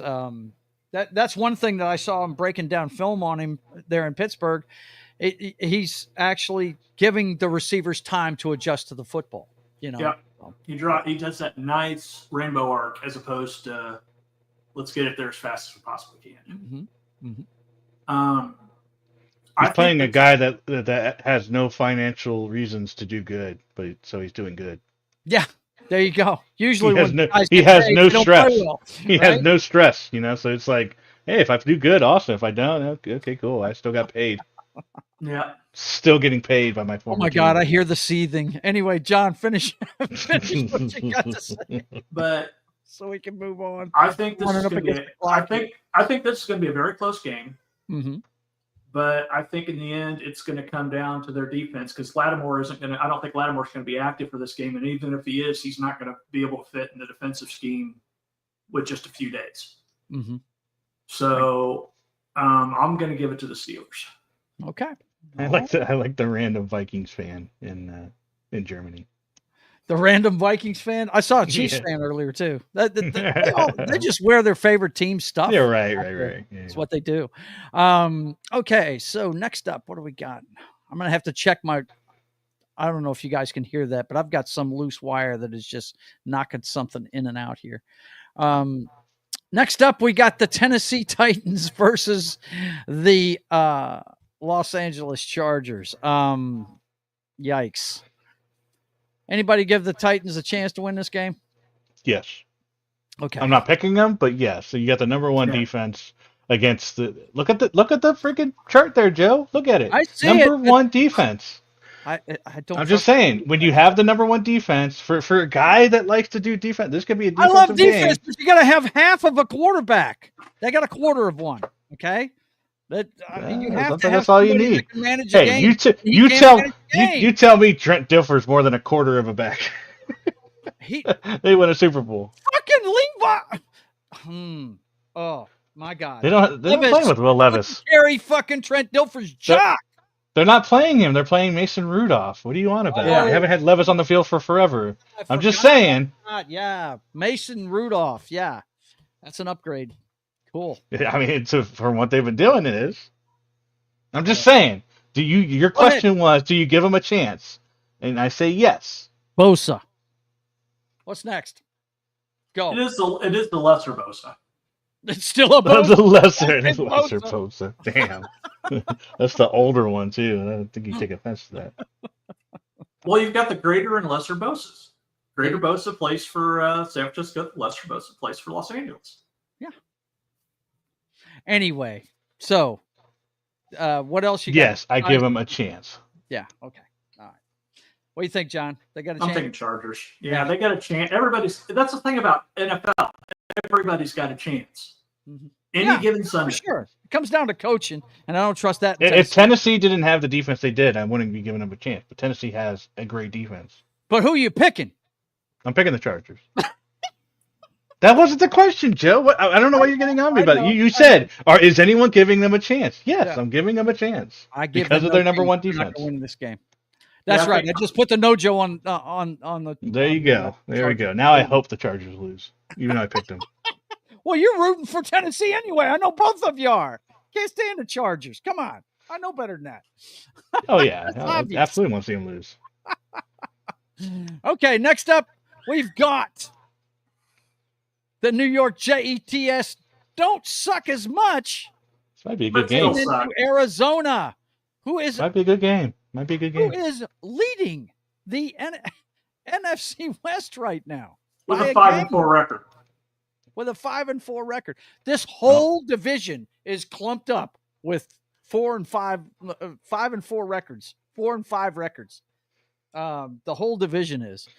And, if the Cardinals keep playing the way they are, I think this division is going to come down to the Cardinals and the friggin' Rams. Because the Rams got healthy and they're on a run. I wouldn't want to play the Rams right now. And Kyler Murray, as much as I bitch about this guy, I have to give it to him. Oh shit! Did they tie it up? Yeah, I was waiting for you to stop talking so I can. It was tied. Go. No, I was just saying that the draft bowl is now tied. Yes, the draft bowl. Is that what you're calling it? Yep. I love it. 17 with 5 seconds to go. So we're going to OT. This is the greatest game Germany has ever gotten. We're going to OT. Coaches, what do you do here? What do you mean? Squib kick it. You squib kick it. Oh, gotcha. Yes, don't kick it deep. Do not kick it deep. They're struggling on this field, by the way. I don't know if you've seen them, but they've been hitting the what do they? I don't know what they call that little scratching pad on the ground for their cleats. Right, they've been just it's a loose field. With it. It's definitely a loose field. Yep, absolutely. Because it's a soccer pitch. Yep. But this game here, Arizona and the Jets, I'm going with Arizona. As much as I bitch about this guy being a mental pygmy, I think these coaches taught him how to study, and Kyler Murray's playing the best I've ever seen him play. He really is. He's doing a really good job for the Arizona Cardinals right now. I can't believe I'm actually saying that, but it's true. He overtime. Yep. They're always in the game. They're always in the game. They're never. Yep, they are. But this has been Arizona every year. Remember, what was it last year? They went through 3 quarterbacks, and they always lost by 7-3, 7-3. They're a tough-minded team, man. They always have been.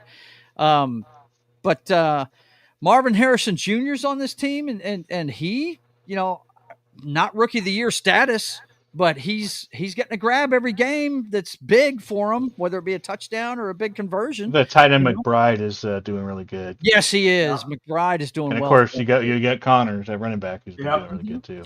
Now the Jets, they just need to, play to their potential. That's their whole problem. I think last week they did. I feel like. Yes, they did. They did. Mm-hmm. But can they go on the road all the way across the country? Because they're going all the way out to Arizona and do that same thing. I'm going to give Arizona the nod just because they're at home. I think if they were playing in New York, I'd probably give the nod to the Jets in this one. But what do you guys think? John, what do you think of this one? Who is Aaron Rodgers going to get fired this week? Right. Oh, shit. who's going to win the toss? Yeah, I think Giants did. I don't think Aaron Rodgers has what he had anymore, and he's a year past his use by date. Right. Yeah. It's starting to look that way. It is. So I'm going to go with the Cardinals. The former St. Louis Cardinals. The former St. Louis Cardinals. That's right. Yes. Also the former Chicago Cardinals. Yeah. Knock.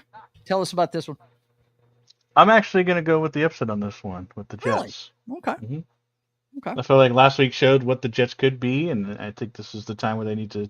This is kind of a prove-it game. If they don't win this one, I'll never pick them again. And I've actually been one picking the Cardinals throughout the season, so I think it's going to be a good game. I just think it's going to be, and I think the Jets should. I think their defense is going to start picking up more, and I think the offense will start gelling a lot more now that they got basically his offense on the field. So. I'm going to go with them, but I'm not going to be shocked if the Cardinals win. It's going to be a close game, as you guys have already mentioned. It's close every game with the Cardinals. So I'm going to go with the Jets. Question is, did Devontae get the Taco Bell opened in his house yet? True. That's crazy, man. And the nacho fries are back on the menu for the time being too. So yeah. All right, next up we've got. It just gets worse for the Cowboys. Here comes the Philadelphia Eagles. Ready to beat I need more reverse hurdles. We do. More. If that's not in Madden next year, I'm not going to buy the game. They drug tested him. They did. What? He got the random drug test. Unbelievable. That's too funny, man. That's too You funny. make a good play in the NFL. You're getting drug tested. You've got to be on performance enhancers. We've already been chronicling the downfall of the Dallas Cowboys. Dak out for the Dak season. is out for the season. Yep. It's Cooper Rush, and he's won games for him. But look, we've been talking about their lack of a running game and how it's really hurting that team. CeeDee Lamb, all you have to do is cover him with a couple of guys. They don't throw the now. I think the tight ends are going to get more balls today because Cooper Rush is playing.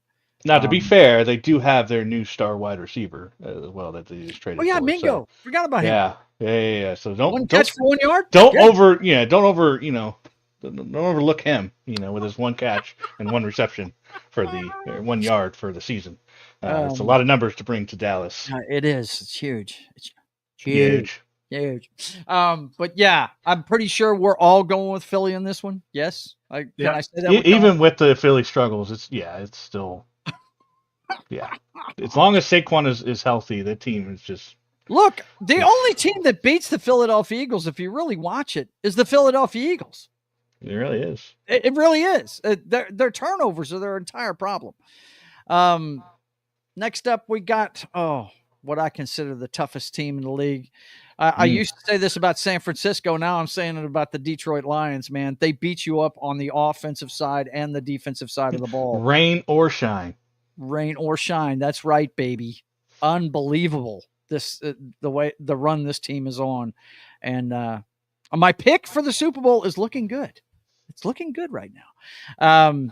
They go into against the Houston Texans, a beat-up Houston Texans team. Yeah. They struggled against the Jets last week. My God, that was a tough game. Oh, no. First play. No, Giants fumble the ball. No, Panthers ball inside the red zone. Watching it now. Oh, no. Oh, Stacy my Jr. God. Tracy Jr. Oh, my God. Man. Was it a punch out? I don't know. I didn't see it. I didn't see it until it was a punch out. Unbelievable. There it is. Wow. Put Peanut Tillman in the Hall of Fame right now. Number 94, I believe it is. Yeah, 94. I don't know who that is. But wow. Punched it out. Unbelievable. And they take over where? On the 20, God. I think it was. Yeah. Inside the 25. They're in field goal range already. Yep. Wow. All they have to field goal to win 3 times and kick it. Wow. They'll probably just get it closer with as much as they can, but that's pretty much. That's what I'd do. Situational football, boys and girls. Okay. Does anybody give the Texans a chance to win this game? I mean, sure. You still got Mixon. You still got Tank Dell. Still got the what's his name? The tight Is end. Mixon playing? He's been nicked up too. Yeah, Who? Mixon's playing. Joe Mixon's playing. He is playing. Yeah, he's playing. So I mean, yeah, there's always a chance, but it's just the lines have just been so good lately. It doesn't matter. Doesn't matter who they're playing. Yeah. You know, so I'm run going with the Goff lines is myself. it's almost MVP. Like if Lamar wasn't doing what he was doing, we'd be talking about him for MVP. I mean, the numbers are ungodly. He doesn't throw incomplete balls at all.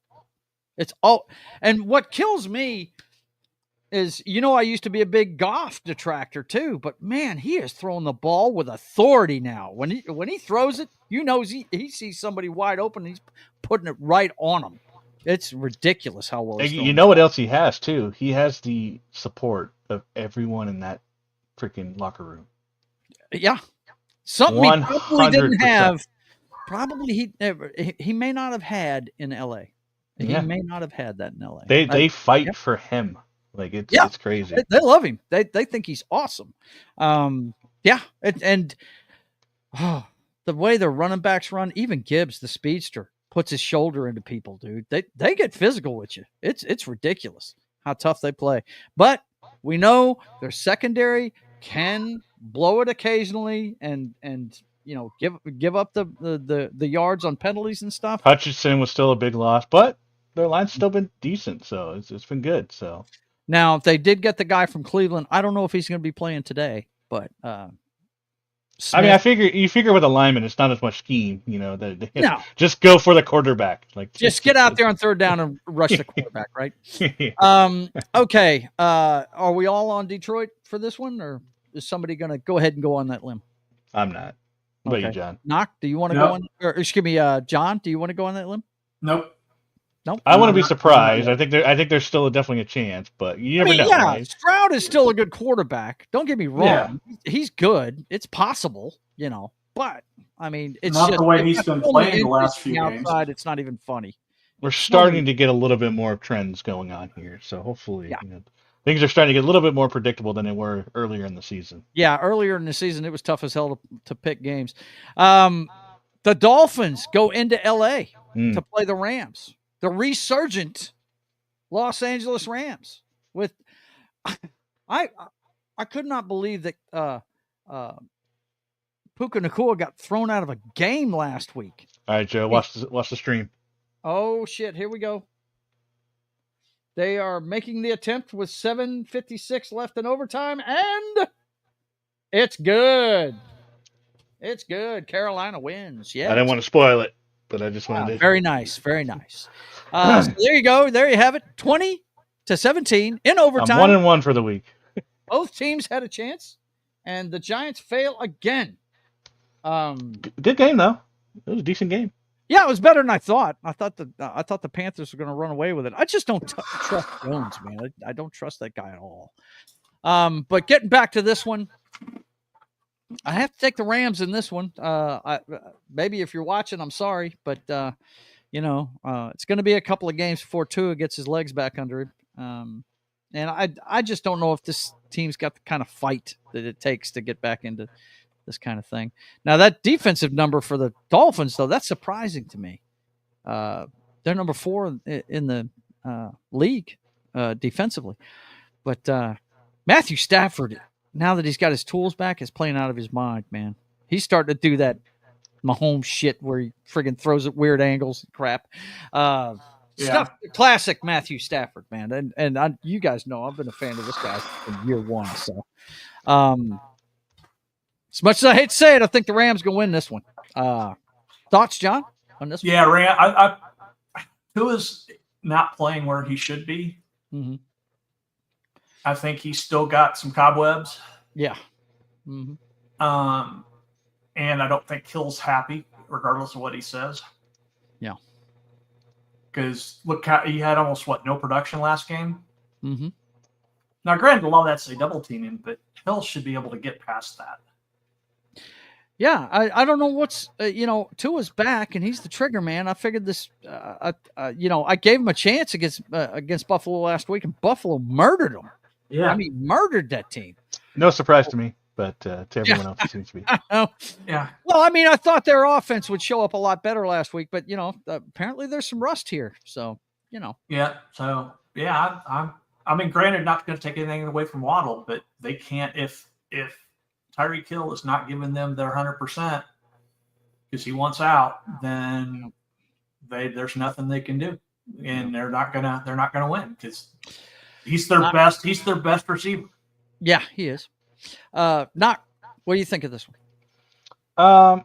If it wasn't for the Rams like starting to come back from their injuries, I probably would pick the Dolphins here. But just with Nakua, I think now the way ejections go is Nakua out for the first half. Is that a thing, or is it the first series or something like that? First quarter or something like that. I'm not sure of that completely. But he'll be back in the game at some point. Yes. And He'll be then playing today. Yes. and you'll have Cup. You still got those tight ends which are pretty decent.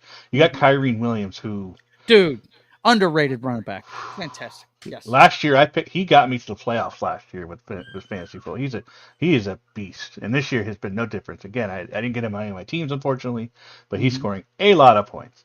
So I think because of the how the Rams are starting to come back, and they've already at 500, they can get above 500 today and get back into this race. So. Mm-hmm. Yep, I'm with you, man. Look, like I said earlier, I think my division is going to come down to the Rams and the Arizona Cardinals.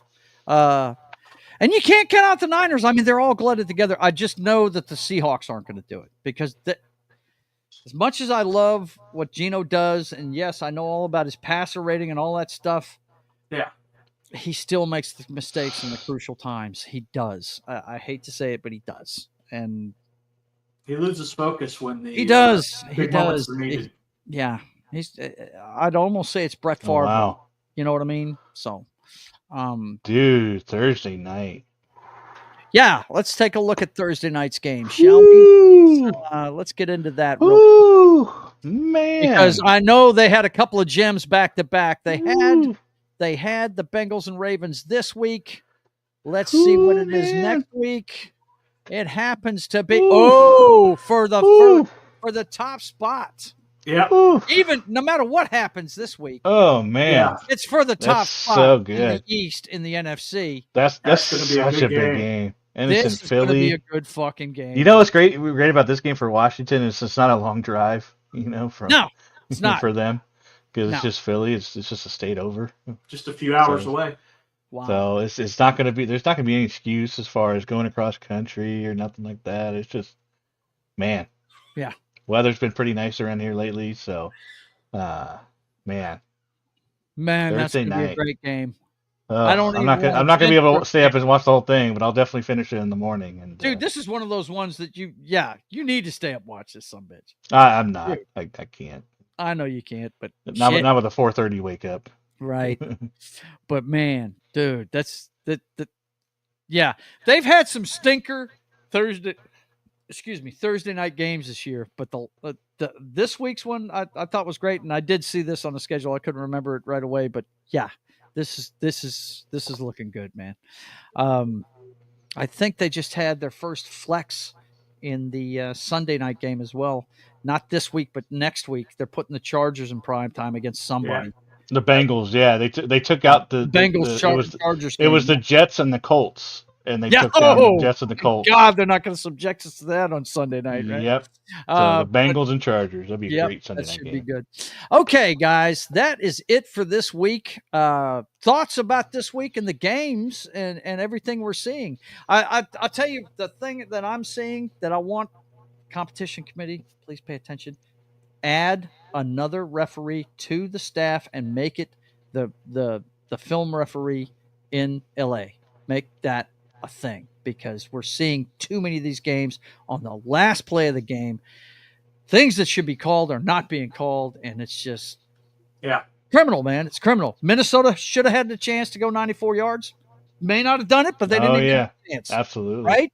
And then we saw what happened to the Bengals in Baltimore this week on the 2-point conversion. So that's my last word on this week. I feel sure Knox going to say something about the college playoff and what's going on there. But I'm not. No, my biggest thing, you're talking about things you want to add in the off season. For me, it's always going to be my number one thing is always going to be I want there to be 4th and 12 instead of a what do you call it? Onside kick. Yeah. That is my number one thing. It has worked in the UFL. That's where they're testing stuff, and it worked just like with that added referee with the guy in the booth, calling down to the refs.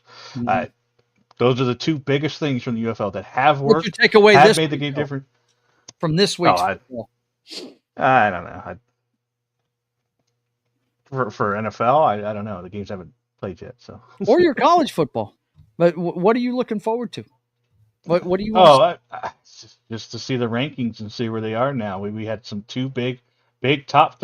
It doesn't happen very often where top 5 teams lose, especially two at the same time. Oof. So just to see where the rankings stand this week. It's only week 2 of 5 rankings, so it's not an end all be all list, which is the great thing about it. Just seeing who's going to go next week. We got a bunch of games next week, and week 14, the last game of the regular season, is going to be huge for a lot of teams. Yeah. So it's getting tougher and tougher for teams to hold serve down the stretch in college football, isn't it? Yeah. Pretty interesting. John, thoughts about this week? I'm just concerned that if we're gonna keep our undefeated streak going. Oh my well, goodness. You've got to be go away. That every go week. away, humble bumble. Get out of here. It's good to be. I'm so worried. I just don't know what to do. While he's sipping his wine over there and just trying to keep the Dolphins off the field. Just kind of trying to stop them from drinking their wine. Right. All right, guys. That's it for this week. Thanks for coming. I appreciate you guys. Both in the chat and my panel.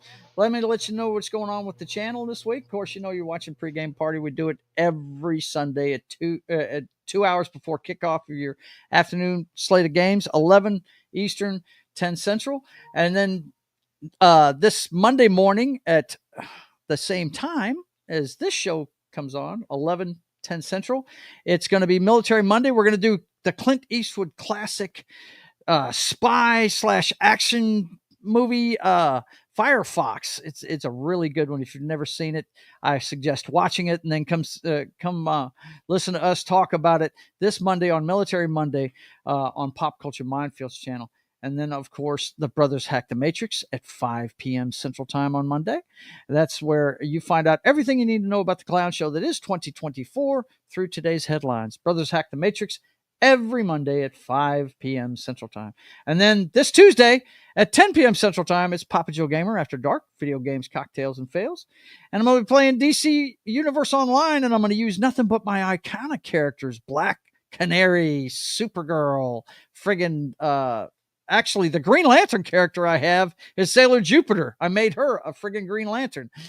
She-Hulk and of course, the Terrakian Defender from Heavy Metal. I've got her too. So you guys look forward to that this Tuesday at 10 p.m. Central Time on my channel. And then, of course, State of the Atmosphere comes your way at 5:30 p.m. Central Time. And we talk about everything pop culture. We'll let you know. We'll have a check-in with the show's girlfriend, Sydney Sweeney. And we'll talk about everything pop culture this Wednesday at 5:30 p.m. Central Time. Maybe doing a show. I think we talked about doing a show about streaming and what everybody's looking forward to watching and what they are watching. I think we're going to do some of that this week. So let's come check that out. Plus, Knox got some, I'm sure he's got a review or two for some of the movies that we gave him, the war list from last week. I'm off Monday and Tuesday, so I might be having to hit up John for a couple more of his before this show. There you go. Well, I'm going to have 2 full days of just being able to see about it. Yeah, for sure. Because I watched Last of the Mohicans so far and Down Periscope are the 2 that I watched so far. What was the first one? I'm sorry. Last of the Mohicans. Last of the Mohicans. You watched it? Yeah. And I watched Kingdom in Heaven. And yeah, you guys need to start picking some shorter movies because while they were great, I need some. No, it was over 2 hours. It was definitely long. Okay. All right. Anyway, we're going to talk all that stuff, pop culture, everything you need to know this Wednesday at 5:30 p.m. Central Time on my channel. And then you jump right over after my show at 7:30 over to That 70s Rock Fans channel for It's Only Talk and Roll. And this week, we're going to be covering a classic sci-fi movie in The Black Hole. Disney's The Black Hole.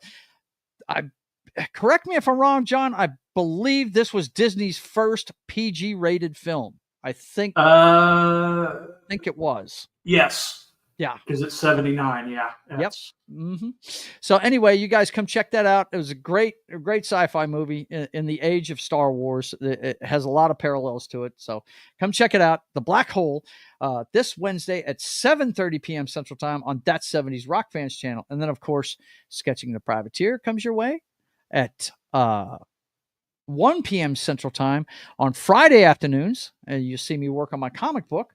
And then Friday at 8 p.m. Central Time, it's Fallout with John and Knock, and Jed shows up over there sometimes on Pop Culture Mindfield's channel every Friday at 8 p.m. Central Time. He's playing through Fallout. Now, tell him again what it is, John. You're not playing the classic Fallout. You're playing something with a mod or something like that? Well, actually, I am playing. I'm basically playing Fallout 3 and Fallout New Vegas as a single run. Okay. With the same character. That's what the mod does. It's called A Tale of Two Wastelands. You start in 3, and you play through until you finish 3, and then you'll start as the courier in New Vegas. Okay, gotcha. With the same character. Okay, cool. Well, come check that out on Pop Culture Mindfield's channel and John's channel. It's simulcast on several channels, actually, but the main channel is Pop Culture Mindfield every Friday at 8 p.m. Central Time, and then that brings us right back around to Sunday. So, for myself, the Knockster, and our good friend John Das Wolfen, I want to thank you guys for being here. Keely Chows checking in right at the last second. What's going on? It's football time, buddy. We're out of here. Yeah, we're done. Sorry, bud. I'm so glad my brother's not here. He'd be so pissed at that. God. Go catch the first half hour, Keely. Yeah, go check that out. We talked all about it, bro. Anyway, guys, I want to thank you for being here. And until we see you again, I want you to keep on keeping on.